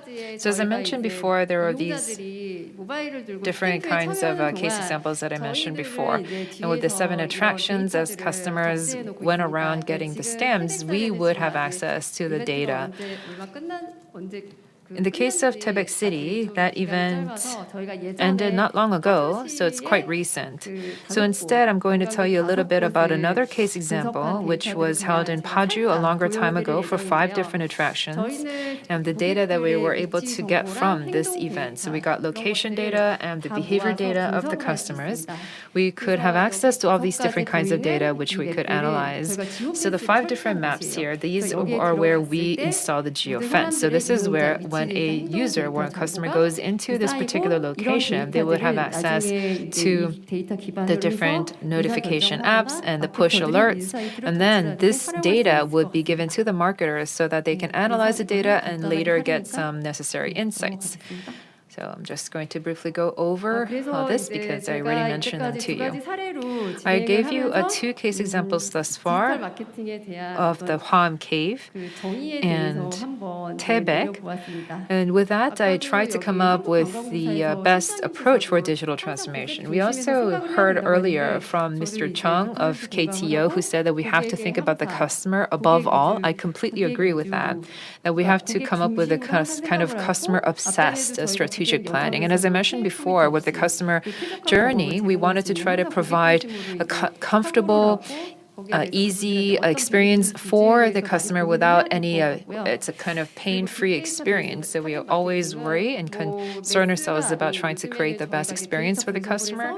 These days, we can provide big data-based target marketing for Taebaek or Cheongseon, and this could be different depending on the customer. Some customer would like to go to Cheongseon, or some customer prefer Taebaek over Cheongseon. So we could make use of that data to do targeted advertising and targeted marketing. The third insight is that using the geofence technology or beacon technology, we can look at the customer's location data, their geospatial data, and their behavioral data, which would allow us to provide them with customized, personalized marketing. So that is really the definition of digital transformation-based CX. And lastly, with we are seeing a lot of these delightful AR experiences, such as metaverse and etc. With the Taebaek case and the Hwam Cave case, we showed you our own AR events that we performed there, which were used to provide fun, delightful experiences, very familiar and interesting experiences to the customers. And this led to a elevation or kind of improvements of the brand of Hwam Cave and of Taebaek. And I think that was very effective on that front. And lastly, this is something that we did for the first time, that we worked together with Dong-A Channel A, and we aligned the Korea Hot of Hot marketing services with them. So we're engaging in joint marketing. Channel A exposes viewers to all of these different tourist attractions, and then they would send celebrities to these actual tourist attractions with a camera and show the lifestyle of the residents living there. And this is going to be turned into a TV show that they're going to air on Channel A.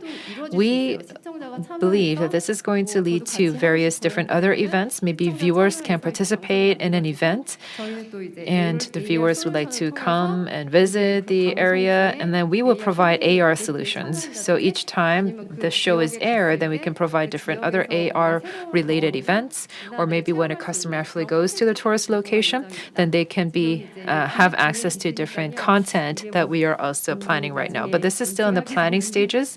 Later when we launch this event, I'll let you know. So lastly, we were focusing on domestic services thus far. But in participating in this Korea ASEAN seminar, I wanted to learn more about ASEAN countries. So I looked up these different locations of the ASEAN countries, and one idea that I got was global hot of hots. There are so many great tourist attractions spread out across ASEAN countries. So perhaps we can contain them all in this global hot of hot platform, which could tell more people here in Korea about ASEAN countries. So for these domestic visitors who cannot visit the ASEAN countries right now because of COVID-19 can get access, can be exposed to the ASEAN countries' content through this platform, so that maybe when COVID-19 gets better and we can travel actually, then they can think about going to some of these ASEAN destinations. Maybe this would be a good opportunity for us to explore this kind of new idea. Maybe I can tell more Korean people about the beautiful, beautiful ASEAN destinations. Thank you, Ms. Yang. For the second presentation, we have Mr. Yi Tae-woo, CEO of the Hana Tour ITC, a leading travel agency that provides Korea tours and services to international travelers. Please give him a big hand. Hello, everyone. I know you must be tired. Maybe you could stretch out. And I know many of you are watching through YouTube. I know this is going to be a sleepy session. Let's clap and then begin this presentation. Travel should be fun. Travel makes you happy, but we cannot move, so we are not happy now. We've heard a lot of good comments about AR, VR, metaverse. Yes, they are virtual experiences, but the travel industry is near death. I've been to many seminars and forums during the past year, and during that time, digital transformation and many issues have been introduced. But what do they mean, and what implications do they have? No matter how good the technology is, airliners have to fly their planes and the hotel rooms have to be booked and travel guides have to move and there must be travel contents. They must become digital. However, what is the situation now? Within the digital environment, the background is beautiful, but we have to consider what we can do inside that environment. Hana-Tour ITC, I would like to focus on content. Many foreigners come to Korea, but still, before COVID-19, it was on a simple package tour or they just came to Seoul. And compared to the other countries, they've shown a different kind of travel behaviors. It doesn't matter how many tourists come as long as they just come to Seoul. Hana Tour is a content provider. We want to find unfound gems in Korea.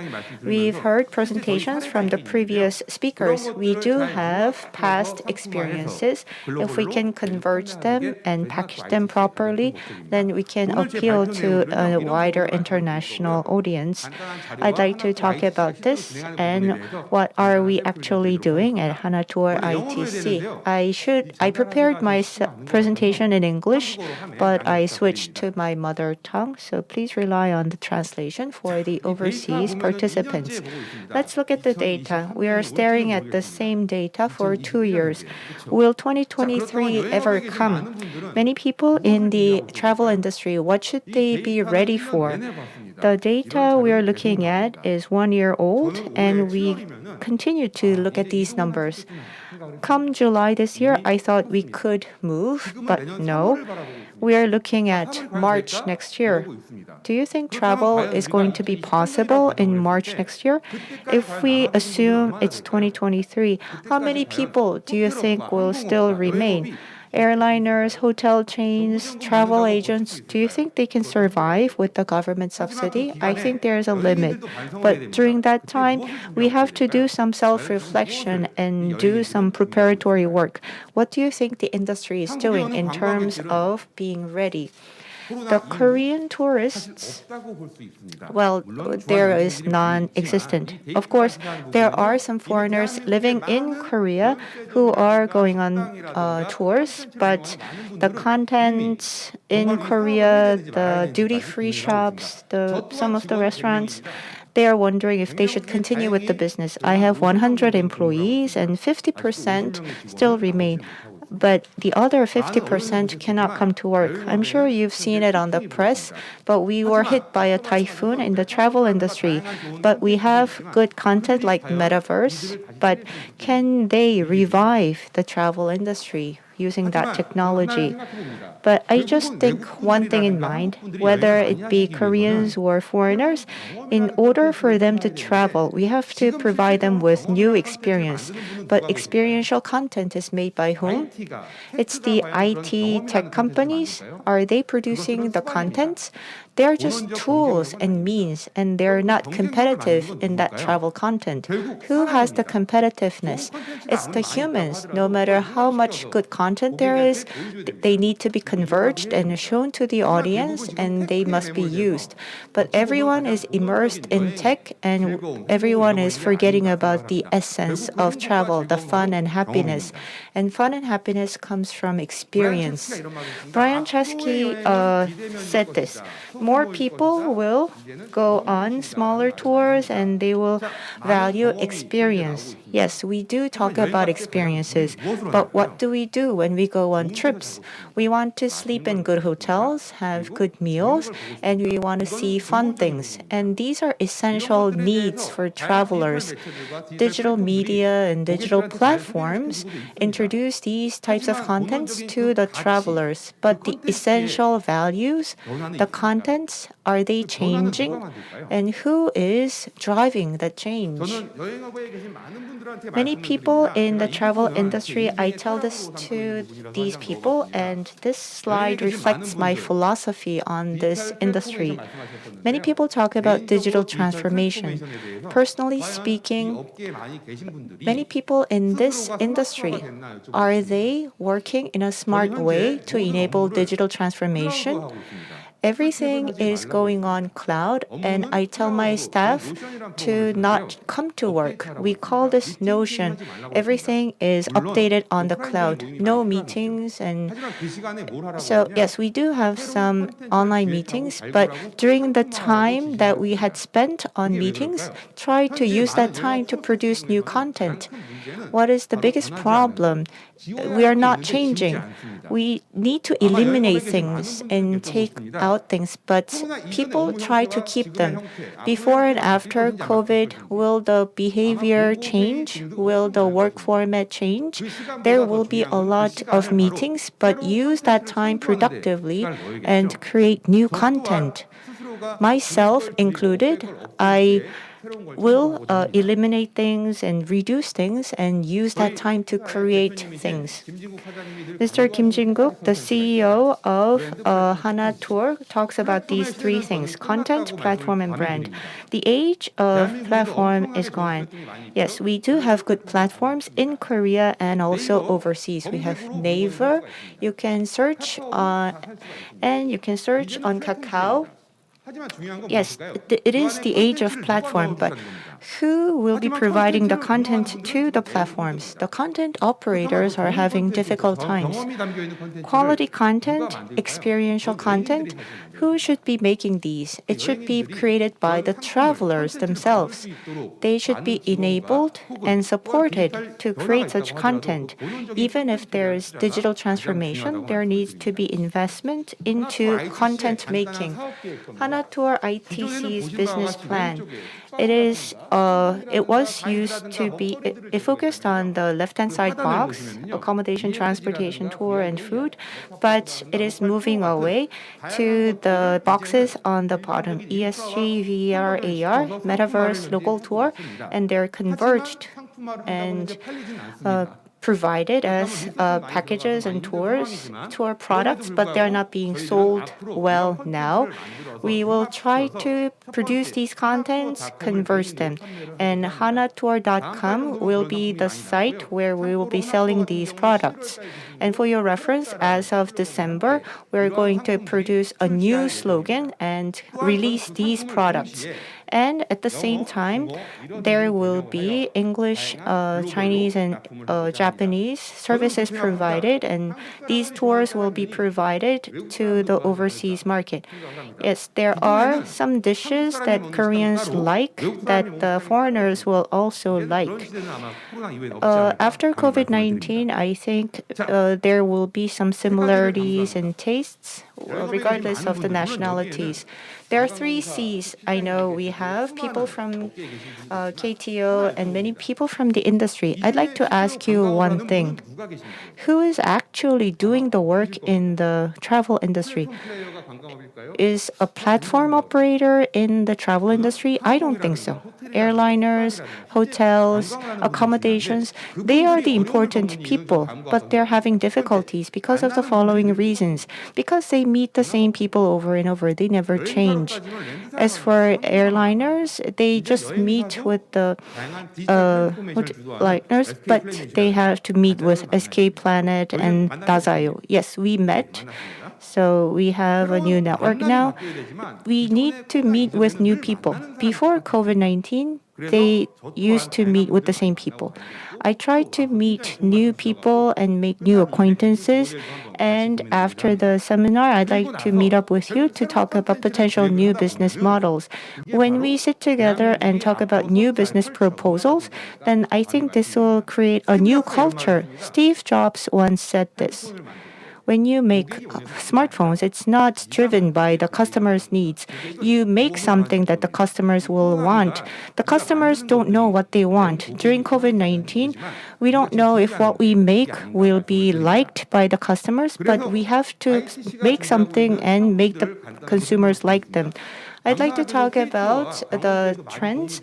KTO and Gangwon Province helped us, and we're producing a lot of well-being and wellness products. We have about 30 products, and we are going to sell them on hanatour.com to the domestic tourists. After we roll out to the domestic tourists, we will roll that out to overseas tourists. The key word is wellness. I'd like to ask you another question. Have you gone to Park Roche in Cheongsan, Gangwon Province? It's very good.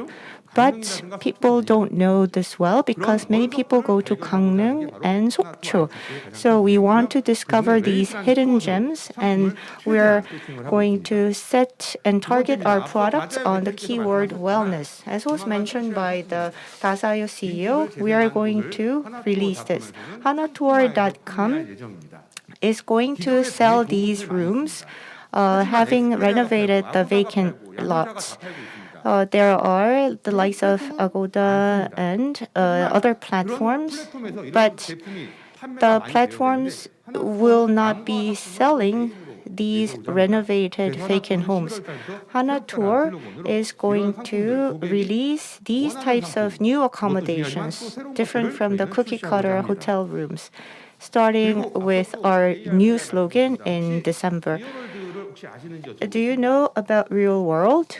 KTO is helping, and we have Jeju-hada and Gyeongbuk-hada. This is a new kind of experience platform. Hanatour is working with Real World, so along with travel and accommodation and moving, an element of virtual game will be introduced. It is to be released next month. When we go to the small island of Udo in Jeju-do, you don't just go to Udo, you play games, you solve puzzles, and then at the end, you come back with gifts. And thankfully, this is the COVID period, and I had a chance to look back on ourselves, and our employees could work on something more constructive instead of attending meetings. And we are working with UXO. UXO is the place where they take care of the welfare of the American forces in Korea. The JS tour has been suspended because of COVID-19. The employees always ask the needs of the servicemen of the USO, and we need to focus on the local needs. We do have these American forces experience the products and services that we introduce. And so the US forces are the test bed for testing out our tour products. One of the systems we have is the MICE real-time system. After COVID-19, there will be many seminars and forums and symposiums and exhibitions that will be held in Korea, and foreigners will come. They book their tickets through Agoda or Expedia, but can Agoda explain the local market? There are convention centers in Seoul, Jeju, Daejeon, and Gwangju, but the hotel inventory, restaurants, what to see and where to go, they can be listed up so that the foreigners can have a one-stop shopping in this nice real-time system. I don't know if you know this, but next year in Daegu, the 28th World Gas Conference will be held in May next year. And the foreigners are signing up through this website, and a lot of information and content is provided. The PCOs had difficulties with the housing bureau when the attendants will come and through what route and where they will be staying. And this is not a one-stop shop where the conference attendees can book their accommodations. And the next one is Fit Package. There used to be packages that included 3 nights accommodations and shopping experience, etc. But there's going to be a different kind of packaging. Hanatour.com provides Lotte World tickets plus hotel rooms in a package format, and about 5,000 people buy the package every month. And if we could focus on the special activities and hotels in different regions, I think this will be successful. Koreans like it, so I think the foreigners will like it also. I know I was quite fast in presenting. I know there are many experts in the travel industry. There are the platforms and there are the contents. What do we mean to the platforms? We pay them license fees and royalties, and we ask them to sell our products, but I think contents are more important. If my content is superior, then I think the platforms will want to come to us. Yes, I transact with Kakao, eBay, Naver. I transact with many platform operators, and they tell us produce quality content so that we can help you. We're still undergoing this pandemic. We need to focus on the competitiveness of the essence of the content. Yes, I've been to Hwam Cave in Cheongsan, and not many people come to the cave. So you did talk about the new content. I think that's going to attract more tourists. Contents need to be converged with other content to produce more quality content. So what do? We need to meet with new people. I tell people working in the travel agencies, we don't know when the pandemic will be over. You need to have more exchanges, and you need to have a lot of these seminars and forums. Please communicate and make opportunities to converge your content together. And we are talking with many startups, and through the startups, we are discovering a lot of resources and sources. And one final comment, I've been doing outbound travel for 15 years and hotel industry 2 years, and I've also been in the duty-free business, and now I'm in the inbound travel business. Who will produce the good content? And currently, the problem is the content operators are having difficulties. The government and the relevant institutions need to pay more attention and support the content creators, and there needs to be support measures to make the content more appealing. Yes, we do have the fancy technology, but investment into content creation needs to be made, and that will make the platforms flourish, and I think that will enable digital transformation.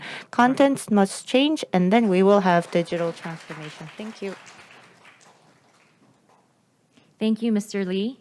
For our final presentation, we have Mr. Park Sang-uk, co-founder and CEO of Story City, operating Yoda service, and AI-powered travel concierge that makes traveling, planning, and booking simpler. Please give him a big hand.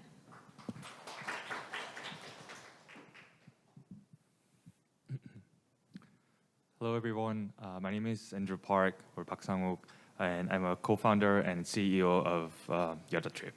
Thank you so much for having us here, and I hope some of what we share today will be valuable to our friends in ASEAN countries.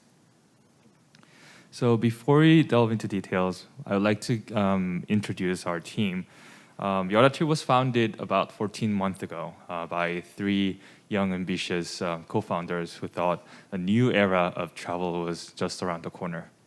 And since we come from a career background of tech, business, and travel, and since we began, we were fortunate enough to be recognized by organizations like KTO and Seoul Tourism organizations, and we've been backed by a global venture capital.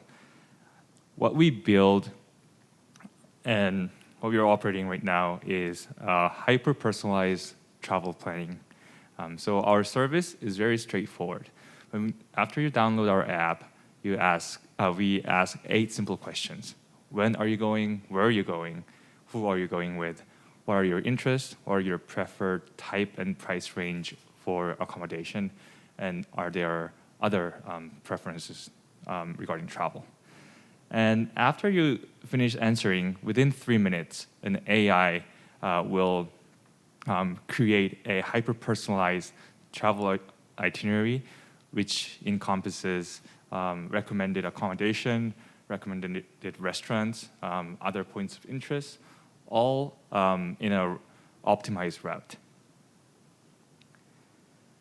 Now, our goal today is to do 3 things: sharing the problem that we wanted to solve and how we approached the problem solving and our result and learnings from this experience. First, the problem that we wanted to solve was that an average Korean spends 9.6 hours planning a trip. And we all have friends that love traveling but don't like to plan travel. And I have a lot of them in my family, so that became an immediate trigger. And we thought this was a interesting subject that we could solve with technology. And also, we thought COVID-19 could be an opportunity. Of course, it's a devastating blow to the travel industry, and there's no international travel, and last year there was basically no end in sight. But at the same time, we saw numbers in domestic travel grow like never before, and also there were not many competitors, both in startup and within incumbent industry. So we thought, okay, maybe we could solve this problem by going narrow and deep, which is just let's focus on domestic travel. But we wanted to validate a few things. First, we had to ask ourselves, okay, is this a big enough problem, or is this a problem that's only in our head? So we approached this by putting out a Facebook ad. We spent about $100 putting out an ad on Facebook saying, okay, we're going to create a personalized itinerary. And we put our bank account there with a simple Google form. And within a day, there were actually people who are paying us for putting money in our bank accounts without even knowing who you are. So that gave us a good hint on, okay, this is a really big problem where people are actually willing to pay for our service. So people paid us, so we had to make something for them. So this is our first version of itinerary, and we made everything by hand. This was PDF format. So itineraries were really good, but it took 7 hours to serve one customer. It wasn't going to be a business. So our next question was, okay, we know how to make a good itinerary, but can we automate this? And our initial plan was, okay, maybe with the technology, right now it takes about 7 hours to 5 hours, but we could maybe decrease this number into 2 hours per itinerary, and then eventually less than 3 minutes per itinerary. This was doable in our heads, but we needed money to survive until then. So we started fundraising. Now, fundraising during COVID as a travel startup is pretty painful. And as you can imagine, we were turned down by 12 venture capitals who are mostly saying, okay, we think this is a great idea, we just don't think this is a good time to invest in travel. And then one venture capital based in the US took a chance on us saying, okay, we're not really sure what you guys are gonna make, but we think travel will come back and you will probably make something interesting. So they invested in us, and with that, we embarked on a journey to digitalize and actually automate travel planning. So the first thing that we did was we created tools to assist humans in terms of creating itinerary. So this is a back-end tool that enabled us to drag and drop our points of interest and then translate that into a PDF. And this effort decreased the 5 hours that initially took us into 2 hours. But that still wasn't enough because with this, we could only serve 10 to 20 people per day. So we thought, okay, still the decision makings on which points of interest to choose and how to curate all these places is done by humans. But can we teach a machine to make these decisions? Because what humans do is we operate by applying a set of rules. For example, this restaurant only operates in lunch and dinner. And this place is accessible for toddlers. And all these constraints and all these preferences. So we started putting together algorithms, mixed integer programming algorithms, to see if we could actually achieve that. And after multiple iterations, we could replicate how we process and create itineraries. But it wasn't only algorithms that were needed to make recommendations. We needed a lot of data. So in order to be able to recommend places, we need two things. First, we need a list of points of interest. We need a list of places that are recommendable. And second, we need the attributes, the characteristics of these places. For example, can pets go into this place? Is this suitable for babies under 24 months? Do they have baby chairs? Is parking available? Are there vegetarian options? And there aren't really good data providing all this information. So we decided to build them ourselves. So what we did to make a list of places was we bought every single guidebook in a bookstore. And then we digitized all the list of places that were featured in guidebooks because that meant someone thought this place was recommendable. And then we screened this list to narrow it down to about 25,000 places in South Korea. And then we started tagging this attributes, for example, parking, baby chairs, pets access, and about 20 attributes were needed for one place for us to make a good recommendation. And 25,000 places times 20 attributes meant 500,000 data values is what we've accumulated over the past 9 months. But as a result, we were able to create a digital AI-powered itinerary generator, which create one itinerary in less than 3 minutes. But it took us 3 months more than what we expected, mostly because of data. And then lastly, okay, we were able to automate itinerary building, but the question remains, is this a good itinerary? So let me ask the audience, these are two itineraries that our itinerary generator AI has generated. Can you tell which one is actually a better itinerary? Our answer was, we don't know. So we asked customers because the customers will know what they want. And that has been our approach. We've been almost religiously cold calling our customers. We interviewed 60 customers per month, asking mainly two things. Okay, so you received our itinerary. What score from 0 to 10 would you give us? And if it's not a 10, what would it take for us to get a 10? And when you ask these questions, we have such a rich input from customers, and a lot of them surprisingly overlap. So for example, people were saying, "Oh, I need more detailed survey questions on food," or "Jeju Island is so big, I have a specific area that in Jeju that I want to go. Can you ask that?" Or "I'm even too lazy to answer these 8 questions. Can you just do it for me?" And we incorporated all of these inputs into our features. And because of that, our customer satisfaction score, which was 0 to 10, was slowly getting better. It was so intriguing to see these numbers go up. And it's close to 9.0 by now. And that has been our journey. And this was the result. This graph shows the number of itineraries that have been ordered and served per day. And we had an official launch in May, which is just 4 months ago. And we've been growing steadily despite the Delta variant spread in South Korea, which began in early July.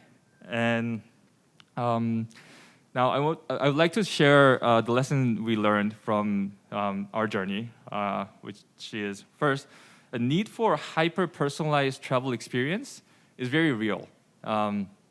There's so much latent demand, and I think we have a lot of room to grow and satisfy our customers. And second, anything in travel industry that is repetitive and logic-based can be digitized. However, what could be more important is building proprietary data, and this takes a lot of time. And third, to make a good service that customers actually love, we think we need a lot of iterations.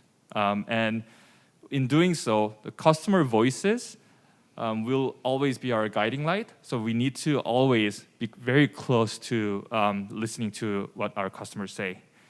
And what's next for Yoda Trip is first, we need to figure out how we're going to monetize. We have a couple of ideas which we'll implement and experiment in coming months. And second, we want to bring what we have achieved into overseas travel as well. And eventually, we hope we could apply some of this in travel in ASEAN countries.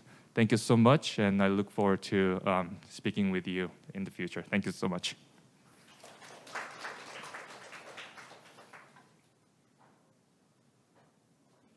Thank you, Mr. Lee. For our final presentation, thank you so much for the final presentation. The second session was about up-to-date information on their business activities, how digital marketing is incorporated into their real business, and how they are expected to be utilized for post-COVID-19 tourism strategies. Before we move on to the third session, we're going to have a short coffee break. And during the break, we'll be playing the rest of the KTO's Feel the Rhythm of Korea videos on the screen. After the break, the Q&A session and the third session on preview on digital marketing contents contest will begin at 3:55. So don't forget to come back to your screen. Meanwhile, please enjoy the video, and I'll see you back in 15 minutes.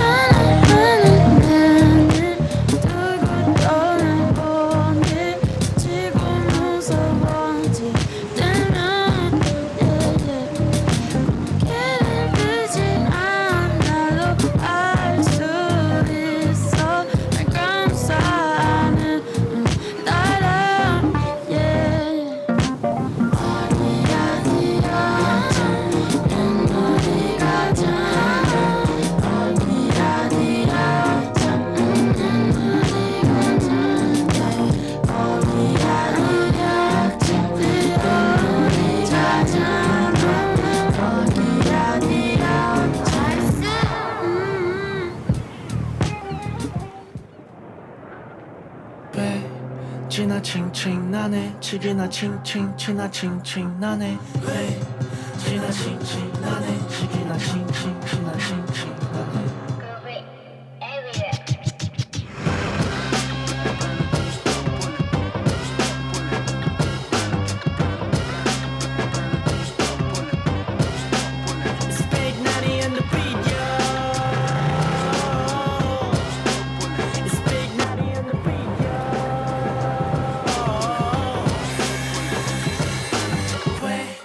지나칭칭 나네 치기나 칭칭 지나칭칭 everybody say what 지나칭칭 나네 치기나 칭칭 지나칭칭 put your hands in the air 지나칭칭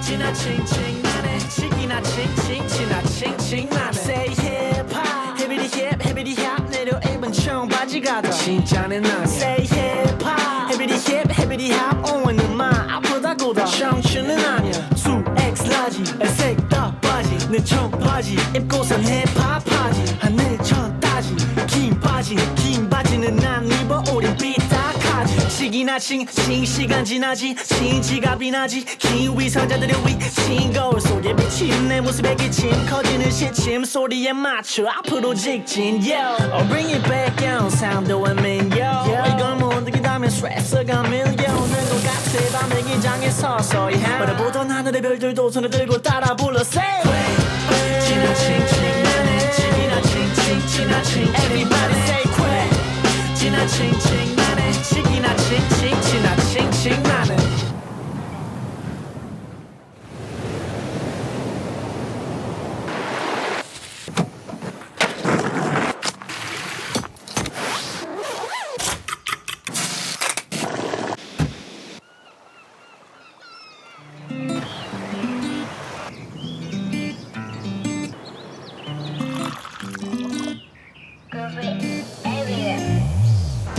정신없이 흘러가는 날 중에 잠시 휴식을 줘 We need a break time 푸른 바다 위에 몸을 맡긴 채 고민들을 털어내 서피 비치 위에 자유를 느껴 내 기분같이 밝은 태양 아래서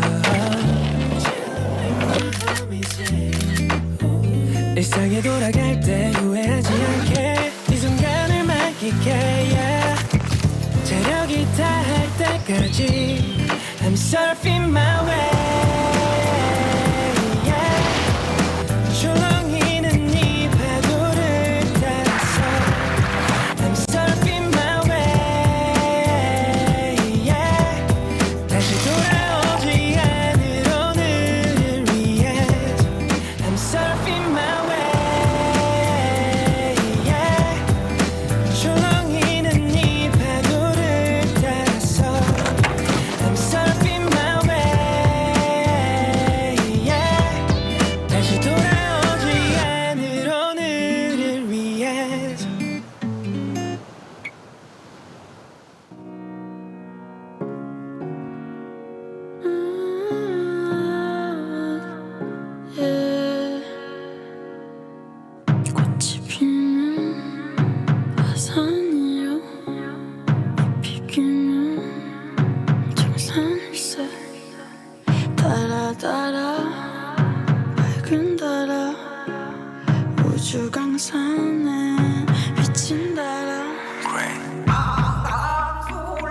내 중심으로 강강 쏠래 이거 하게 된 거 그냥 놀래 북북동이 내 동네 내 중심으로 강강 쏠래 Turn around slow down 멍 때려 아무것도 안 할래 바보 같은 짓만 골라 주머니는 무겁지만 I don't live play again 다시 보긴 결제 대인배 아니고 난 배짱이 우리 엄만 이런 날 놀래 대안학교 설레비 내 첫 번째 힘안 들이고 나까지 난 볼래 Always 관세음 보설 참을린 그래 내다 가만히 가나 때라 I pray for myself 못 때라 우리 번님 어디 가고 모두 신어 세워라 내워라 답답한 건 넌데 왜 나를 붙여놔 세워라 내워라 따라따라 밝은 달아 우주 강산에 비친 달아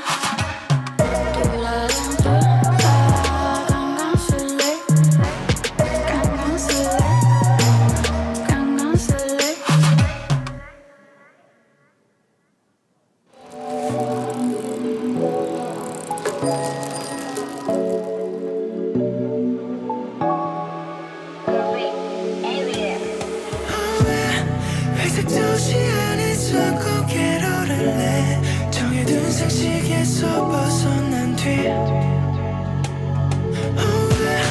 반복되는 알고리즘은 no way 그래도 더 차가운 도시가 나를 바꾸게 보네 올라가는 몸 변하지 않을 뻔 우린 왜 이렇게 play 우리는 도시 안에서 빛을 보면서 눈을 넘어게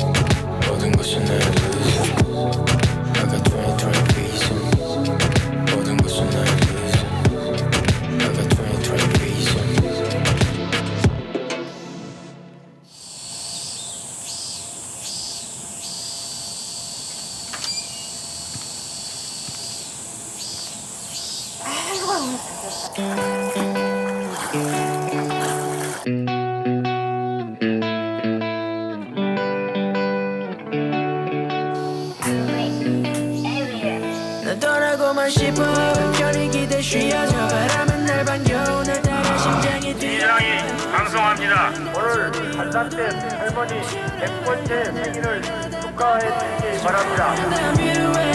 우리 지금 너랑 함께 난 빠지고 근데 저 아름다운 뷰에 We were 지금 넌 어디야 baby give me the edit 지금 바로 내가 출발할 테니 아무거나 고쳐도 퇴근할 여분 너 챙겨도 날씨도 완벽해 사진 너 찍어줄게 같이 걸어갈래 시원한 바람은 우리를 반겨 너도 느끼길 바래 지금 내 앞에 앉아 너 하고 싶은 거든 다 해도 돼 없잖아 time for 따라갈게 걱정 말고 go for 이렇게 내 완전 lady 아름다운 적용 바로 네 뒤에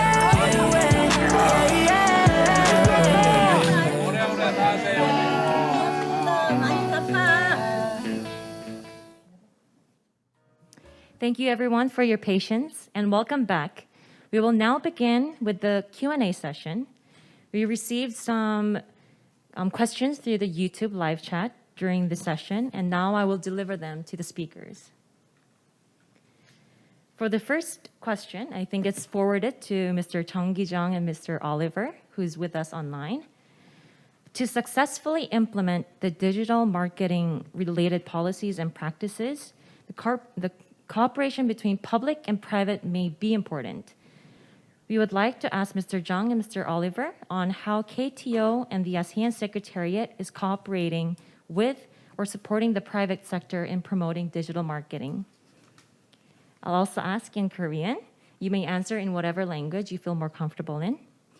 디지털 마케팅 관련 정책을 고안하고 시행하는 데 있어서 In pursuing these digital marketing tactics and policies, it will be very important to have good, robust public-private partnerships. So what are KTO and the ASEAN Secretariat doing in terms of cooperating and supporting the private sector in carrying out digital marketing tactics?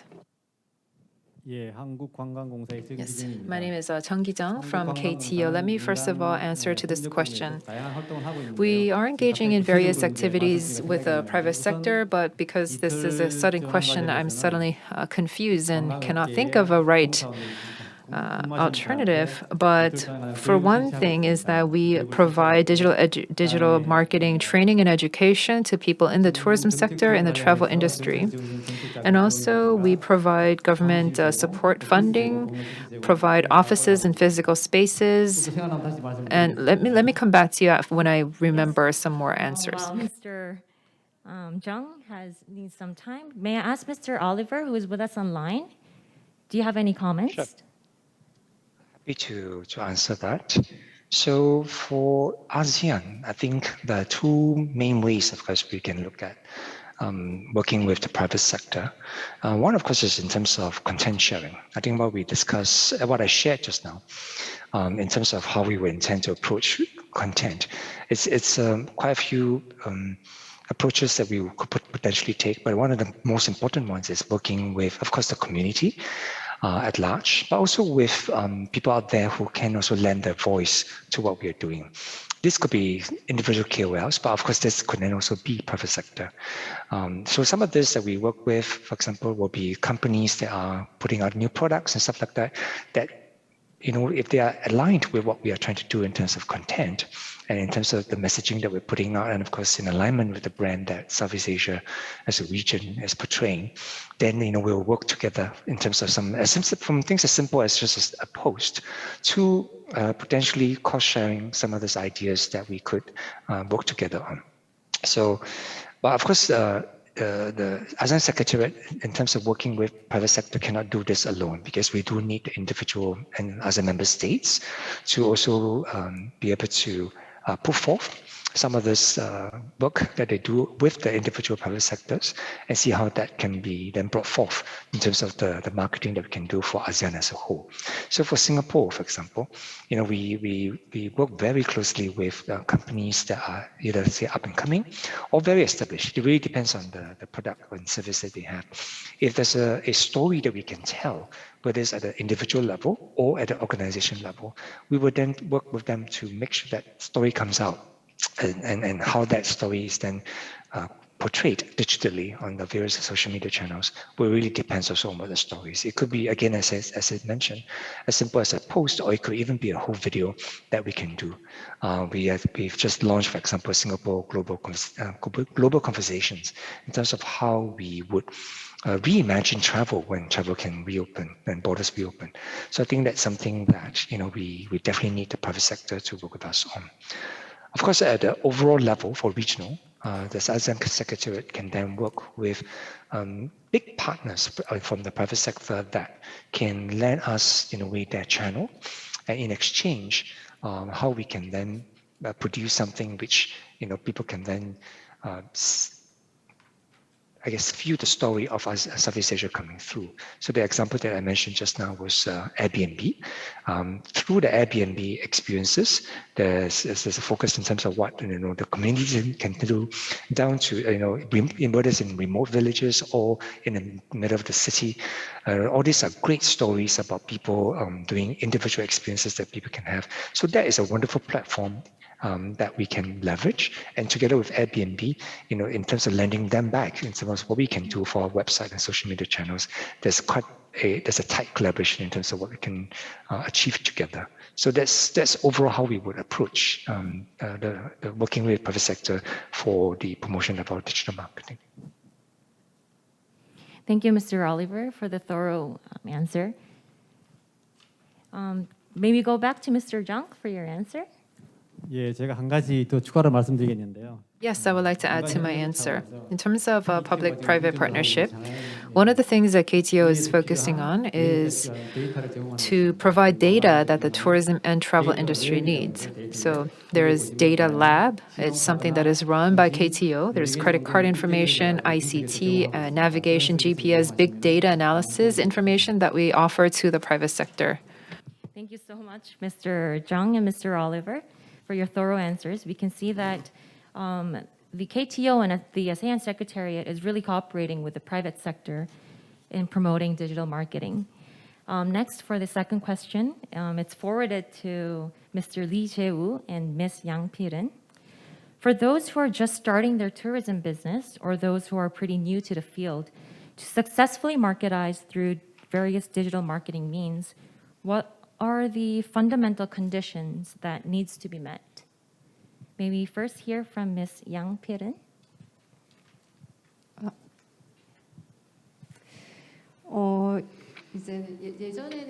So, in the past, we would engage in marketing for the mass market, but now because people are focused on their preferences. So in the past, we only had TV, the television, but now with YouTube, there are about these millions of YouTubers who have their own channels. And people don't no longer just watch traditional TV. They go around with their mobile phones and watch content that they want to watch at that particular time. So I think that if you are an early comer in this industry, if you are a first comer, you need to have the capacity to do data analytics. And in terms of technological capacity, these big data solutions, I don't think that you need to have that kind of capacity built up. If you were to build up that kind of capacity, you would need an extensive amount of time and resources. And so maybe you can align or partner with a solution provider as a service, as a subscription kind of model, and you can subscribe to their big data analytics solution. You don't necessarily have to do it in-house, but maybe outsource it to a solution provider and cooperate with them, and you can pay a small set fee and have access to the big data analytics of a bigger company and an analytics firm, and I think that would be helpful. Thank you. Can we also hear from Mr. Lee? Yes, thank you. I think that's a macro question. I'd like to answer from a consumer's perspective. I am in the travel industry, but I'm also a consumer. Many people use digital marketing channels and they rely on blogs to find the good restaurants and good destinations. I would look up Naver and then blogs and YouTube contents would be produced. But I had a question. Are they authentic contents? Are they speaking the truth? Is this really travel advertising? Naver had this power link advertisements, and they are monetizing these advertisements. Blogs and digital advertisements are related to commerce, and I was wondering if this is genuine and authentic marketing. And to the users who went to these recommended restaurants, sometimes they're disappointed and they find out after trying out these restaurants that they were not really good restaurants. I know using a lot of these channels and contents would be useful, but they need to be quality data.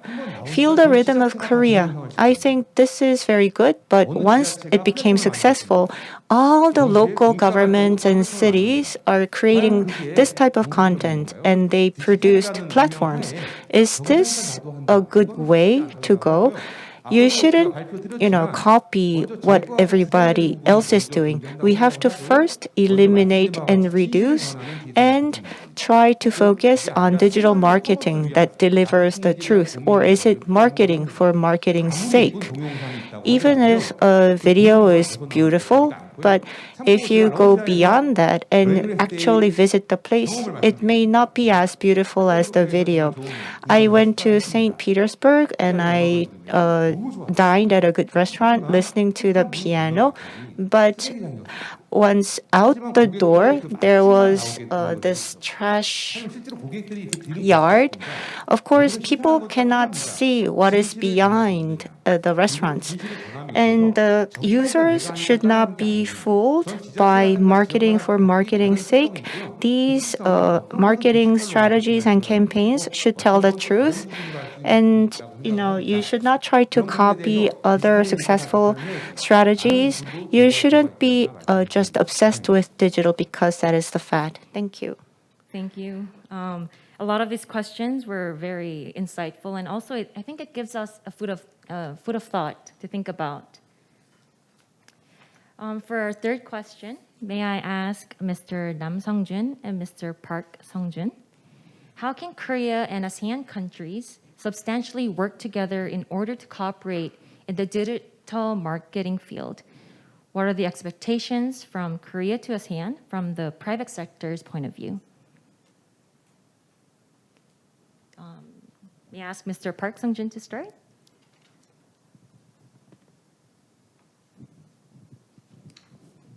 먼저 하시죠.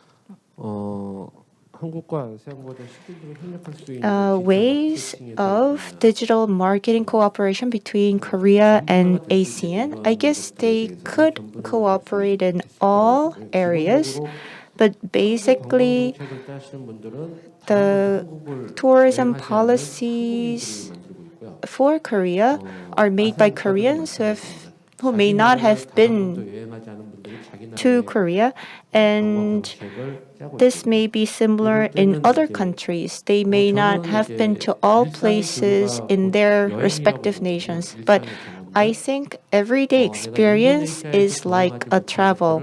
There are things that I have not experienced in Indonesia, and that's why I go to Indonesia. And sometimes I go to the Philippines because I want to experience new things that I have not experienced before.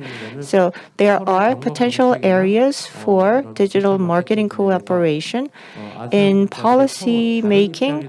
Southeast Asian nations and Korea, they're all in different situations, so they may be able to review their tourism policies and give each other feedback. Korea always had nature on their promotional videos and similar messages for promotional videos for Southeast Asian countries. But realistically speaking, are the tourists only interested in the nature, or are they just focused on content that they want to show and not really interested in what the tourists want to see? Yes, you could seek advice and collaboration from the destination countries. And as for the types of expectations, yes, there are expectations for collaboration. I think we should have these seminars and forums, and these should not be just one-off events. We should build on that and network, and there should be exchanges of human capital, financial support, and policies, so that I think these can be followed up. I think it was the situation for Korea. Mostly the businesses were focusing on the large corporates, but we have to encourage more smaller sized venture startups, and we need more of these venture startups from other countries to collaborate together, and I think it could create a good synergy effect. Thank you. 네, 저는 그 아세안과 한국이 세 가지 공통점을 가지고 있다고 You asked 생각을 about 하는데요. the Korea and ASEAN partnership, and I think that we have three similarities in common. First of all, I think that they are both becoming globally popular in terms of destination, global destinations. I think that the universe is coming all together for Korea. Our value as destinations is going up, and also our home market, our domestic market, is seeing robust growth as well. In the ASEAN countries, the middle class is rising, and so there's a lot of outbound tourists going out there, and these are high-quality outbound tourists as well. And the third similarity is that on top of this soil, we're seeing a lot of very interesting startups coming out. So, for example, in Singapore, there are these great travel startups that are coming out into the market. And in this kind of environment, for the travel and tourism industry, people think that you can just replicate what others do, and it's easy to copy. But this also means that for digital practices, they can be adopted very easily and very quickly. So for ASEAN and Korea, we can have rapid sharing of these best practices, and this can be shared and spread very quickly, and ultimately increase the level of the industries of all of the countries combined. So for that to happen, I think that these different seminars, such as the one we're having right now, maybe we can have more of these seminars for the private sector, because this seminar right now is focusing on the public and private sector cooperation, but we should also see more seminars for the private sector. Then, do you have any future plans in expanding your business in ASEAN?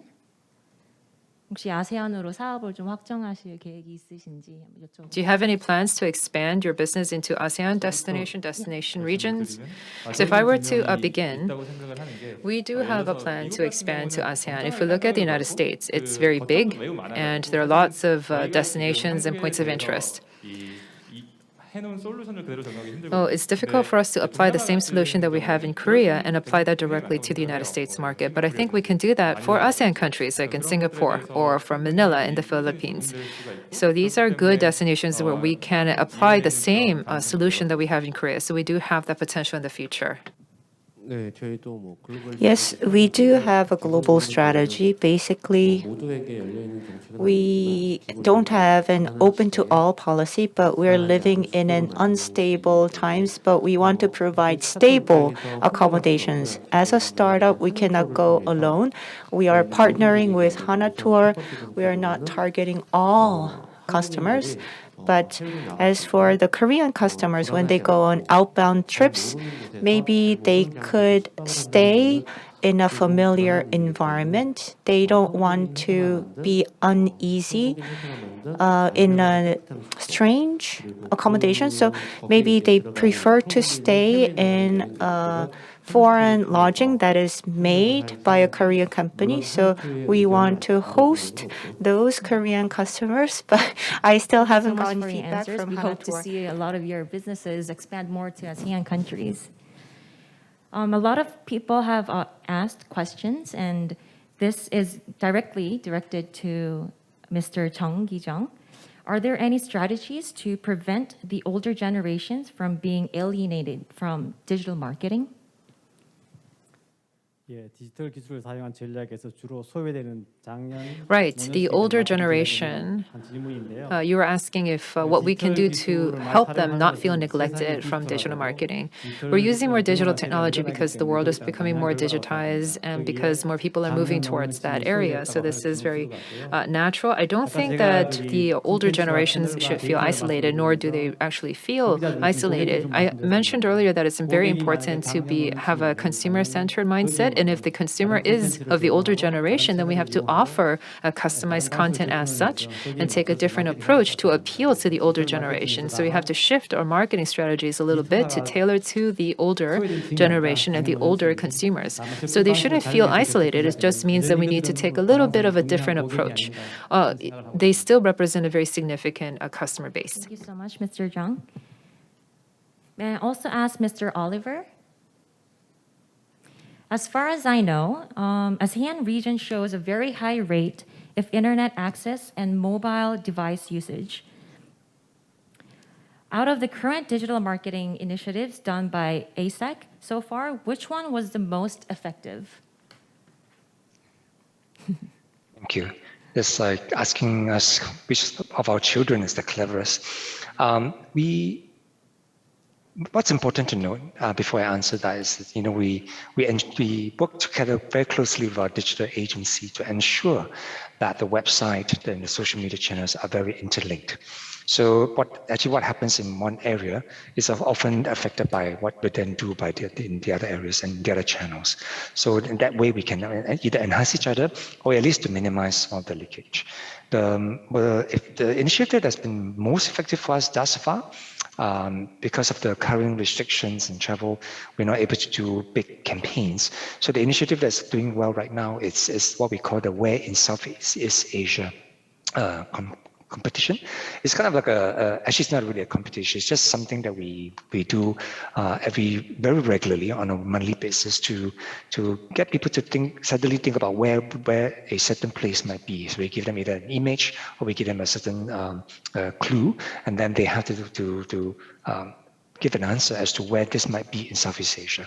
So this one has been running for almost a year and a half now. It's still very popular, and it's aided by the fact that we work very closely with all the ASEAN member states to have the right pictures and images that's regularly uploaded onto our Facebook and Instagram channels, so that people always kind of remember and relate to what's being shared. So when we actually post a question that's related to some of these images, often a lot of our fans do get the answer right. So, and I think that kind of also help the sustain the interest as well. So that's been quite successful for us. Simple, but yet at the same time really effective in terms of getting people engaged, and of course the fact that we can then also share interesting nuggets of information as well about whether it's a location or activity that's been taking place. Thank you so much, Mr. Oliver. This next question is forwarded to Mr. Park Sang-wook. In the digital field, the trend shift is quite fast, and especially social media. How do you plan to adapt to the fast-changing trend of digital platforms? And also, what would you do if the original social media platform, if it becomes outdated? 네, 페이스북을 예로 들면 10년 So if you were to take Facebook as an example, about 10 years ago, Facebook was considered a very young and hip platform. But now, if you ask the people in the MZ generation, they would say that Facebook is so old and boring. I don't go to Facebook anymore because my parents are on Facebook. So this tells us that you don't want to become enslaved to a particular platform, and that could be very dangerous. So the ultimate solution, the ultimate answer is for you to have very compelling content regardless of the platform. And if you have compelling content, you can adapt to any changes. So for us, for example, we provide these customized itineraries for various different points of interest, even for small and medium-sized cities. We can provide this as a service, as a very compelling content. And on Instagram, we can create this to people, users in the 20s and 30s, and even on Facebook for older generation, and maybe going forward through TikTok, we can appeal to even a younger generation, maybe in their teens. But what's important is that it's the same content. The deliverable is the same, and if it's a very compelling kind of deliverable, then the platform would change and the trends would change and they would come and go, but we can still adapt to this very well. So again, by conclusion, I can say that it really comes down to killer content, and you have to focus on honing your killer content that is replaceable, that is irreplaceable. Thank you, Mr. Park. So eventually, the content is what's important and what matters most. Then to Ms. Yang Piren, what recommendations could you be giving for other countries that wanted to try new forms of digitalized experience, but have very slow internet, and their target market also owns outdated mobile phones?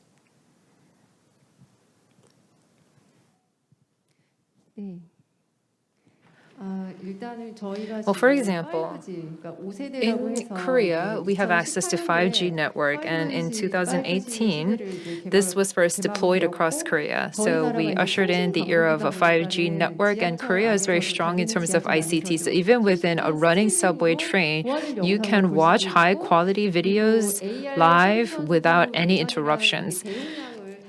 With AR solutions in the past, because this is a solution that entailed a lot of bandwidth, it was difficult to deploy, but with 5G network, we have more of these AR and VR content. So that was the good environment that allowed us to have that as a solution. This content, however, we did not develop it overnight. About 20 years ago, we first used what we call these feature phones, and then we saw the 2, 3, 4 generation LTE and 5G networks. Through all those years, we saw these changes in the technology and trends in the technology, and now moving on to these growths in digital content. When you are from a country where the mobile phones are outdated, or if the internet connection speed is low, I can think back to when we had these flip phones, back what we call them feature phones. About flip phones, I used them about 20 years ago. I don't think many markets would still use these flip phones right now, but if I were to take these flip phones as an example, back when they were first released 20 years ago, it's difficult to provide mobile marketing tactics. You have to do PC or web-based marketing content, and maybe through the SNS, for example. And that's how we did digital marketing back in the day. Well, I don't know how outdated the mobile phones would be, but if you have smartphones, the basic level of smartphones, maybe you can think about real-time live streaming or maybe games. These would be difficult to deploy for these older generation models of phones. So maybe instead of videos or live streaming, you can work with photographs or bulletin boards, SNS comments, maybe some banner ads and the social media. So these are kinds of content that you can think about to start your digital marketing process early on. There are many other ideas out there, and many different kinds of technologies. But for mobile marketing, it really needs to be founded on good technological network, because without that speed, then you cannot have that processing of these high volume, high bandwidth content. So this is where the countries, the governments should invest in the network infrastructure, that these different governments should work to improve the network speeds and connectivity infrastructure. The residents living in the different markets would have access to better ICT communications. In the past, with data usage, we would have to pay for the data, and because of that, people could not have access to different content. But now with this improvement in ICT technologies, people can have access to high volume, high bandwidth content at a very low cost. So I think that this is where the government should really invest in, with the cooperation of the private sector, to try to enhance and improve the country's bandwidth and network infrastructure. I think that would be helpful. That is all. Thank you, Ms. Yang, for your very thorough and insightful answer. Many have also asked about the future expectation of Hana Tour. Will Hana Tour also offer new empty house accommodation for group tours as well, and is it feasible? May I ask Mr. Lee Jae-woo? Yes, as for vacant home accommodations, are we talking about Airbnb type of service, or are we talking about the renewed houses model by Dazayo? Well, thank you for mentioning the word group tour. I've not heard the phrase in 2 years. Whoever you are, we will serve you. As a travel agency, we can just provide intermediary services. So we sell rooms on behalf of accommodations. I hope we can have a win-win partnership with Dazayo, and we plan to sell rooms to domestic travelers. It's a FIT package, and it's near Sambangsan. There's a renovated hotel. It's small. It has dormitories and rooms. It's for family stays. And we are talking about renovations of the hotel with the CEO. And so that product is going to be launched soon. And I don't know if this answers your question about vacant homes. This could provide a new experience. And within that hotel, real-world content is provided. So from the moment you check in, you have like a game-like experience. And on the bed, you can find treasures. And so these will be new experiences, and hotel stays will be converged. And Hana Tour, as I keep repeating, can only lose if we remain a copycat. We are not a platform player. We are a content player. We cannot compete against the platform operators. We have to converge quality content. And KTO and Hana Tour will be signing an MOU soon. UXG and vacant home renovations, youth, many values will be contained to produce a lot of tour packages, and I think they will be differentiated tour packages. And many consumers want such companies that think out of the box. So as coming back to the question of vacant homes, I may have answered the question, but if you are interested in a group tour, please call me. Thank you. Thank you so much for your answer. I guess that is a great answer for the people that were wondering if there will be any future empty accommodations for group tours. Our next question is for Mr. Nam Sung-jun, and this is a direct code question from one of the audience online. The person asked, I am currently running a travel agency in Seoul, and I am seeking for various new tourism methods post-COVID-19. I've heard today that your company collects and applies consumer feedback using data. If so, may I ask, what is your plan for your promotion channels for new customers other than funding shareholdings?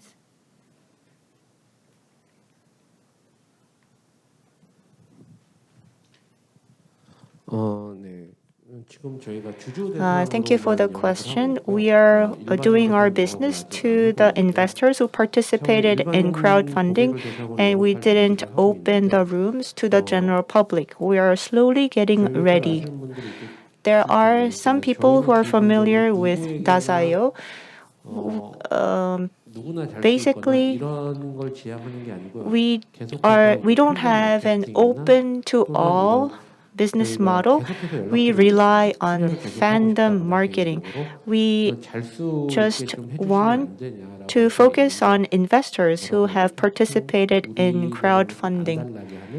And so there are some people who call us, and so it is one of our strategies to make the general public to want to stay in one of our vacant and renovated homes.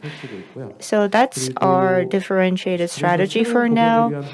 And we don't have a promotion channel or a sales channel to recruit new customers. We just have a channel on social media to just promote our company. As to how we will open up to the general public, we're still thinking about it. Thank you so much, Mr. Nam. This concludes the Q&A session for today. I would like to thank again the speakers and the presenters, and also the audience that are with us online for their active participation. Now, before we move on to the last session, we would like to take a moment to enjoy a video, Travel Through the Lens, Healing Destination in ASEAN video.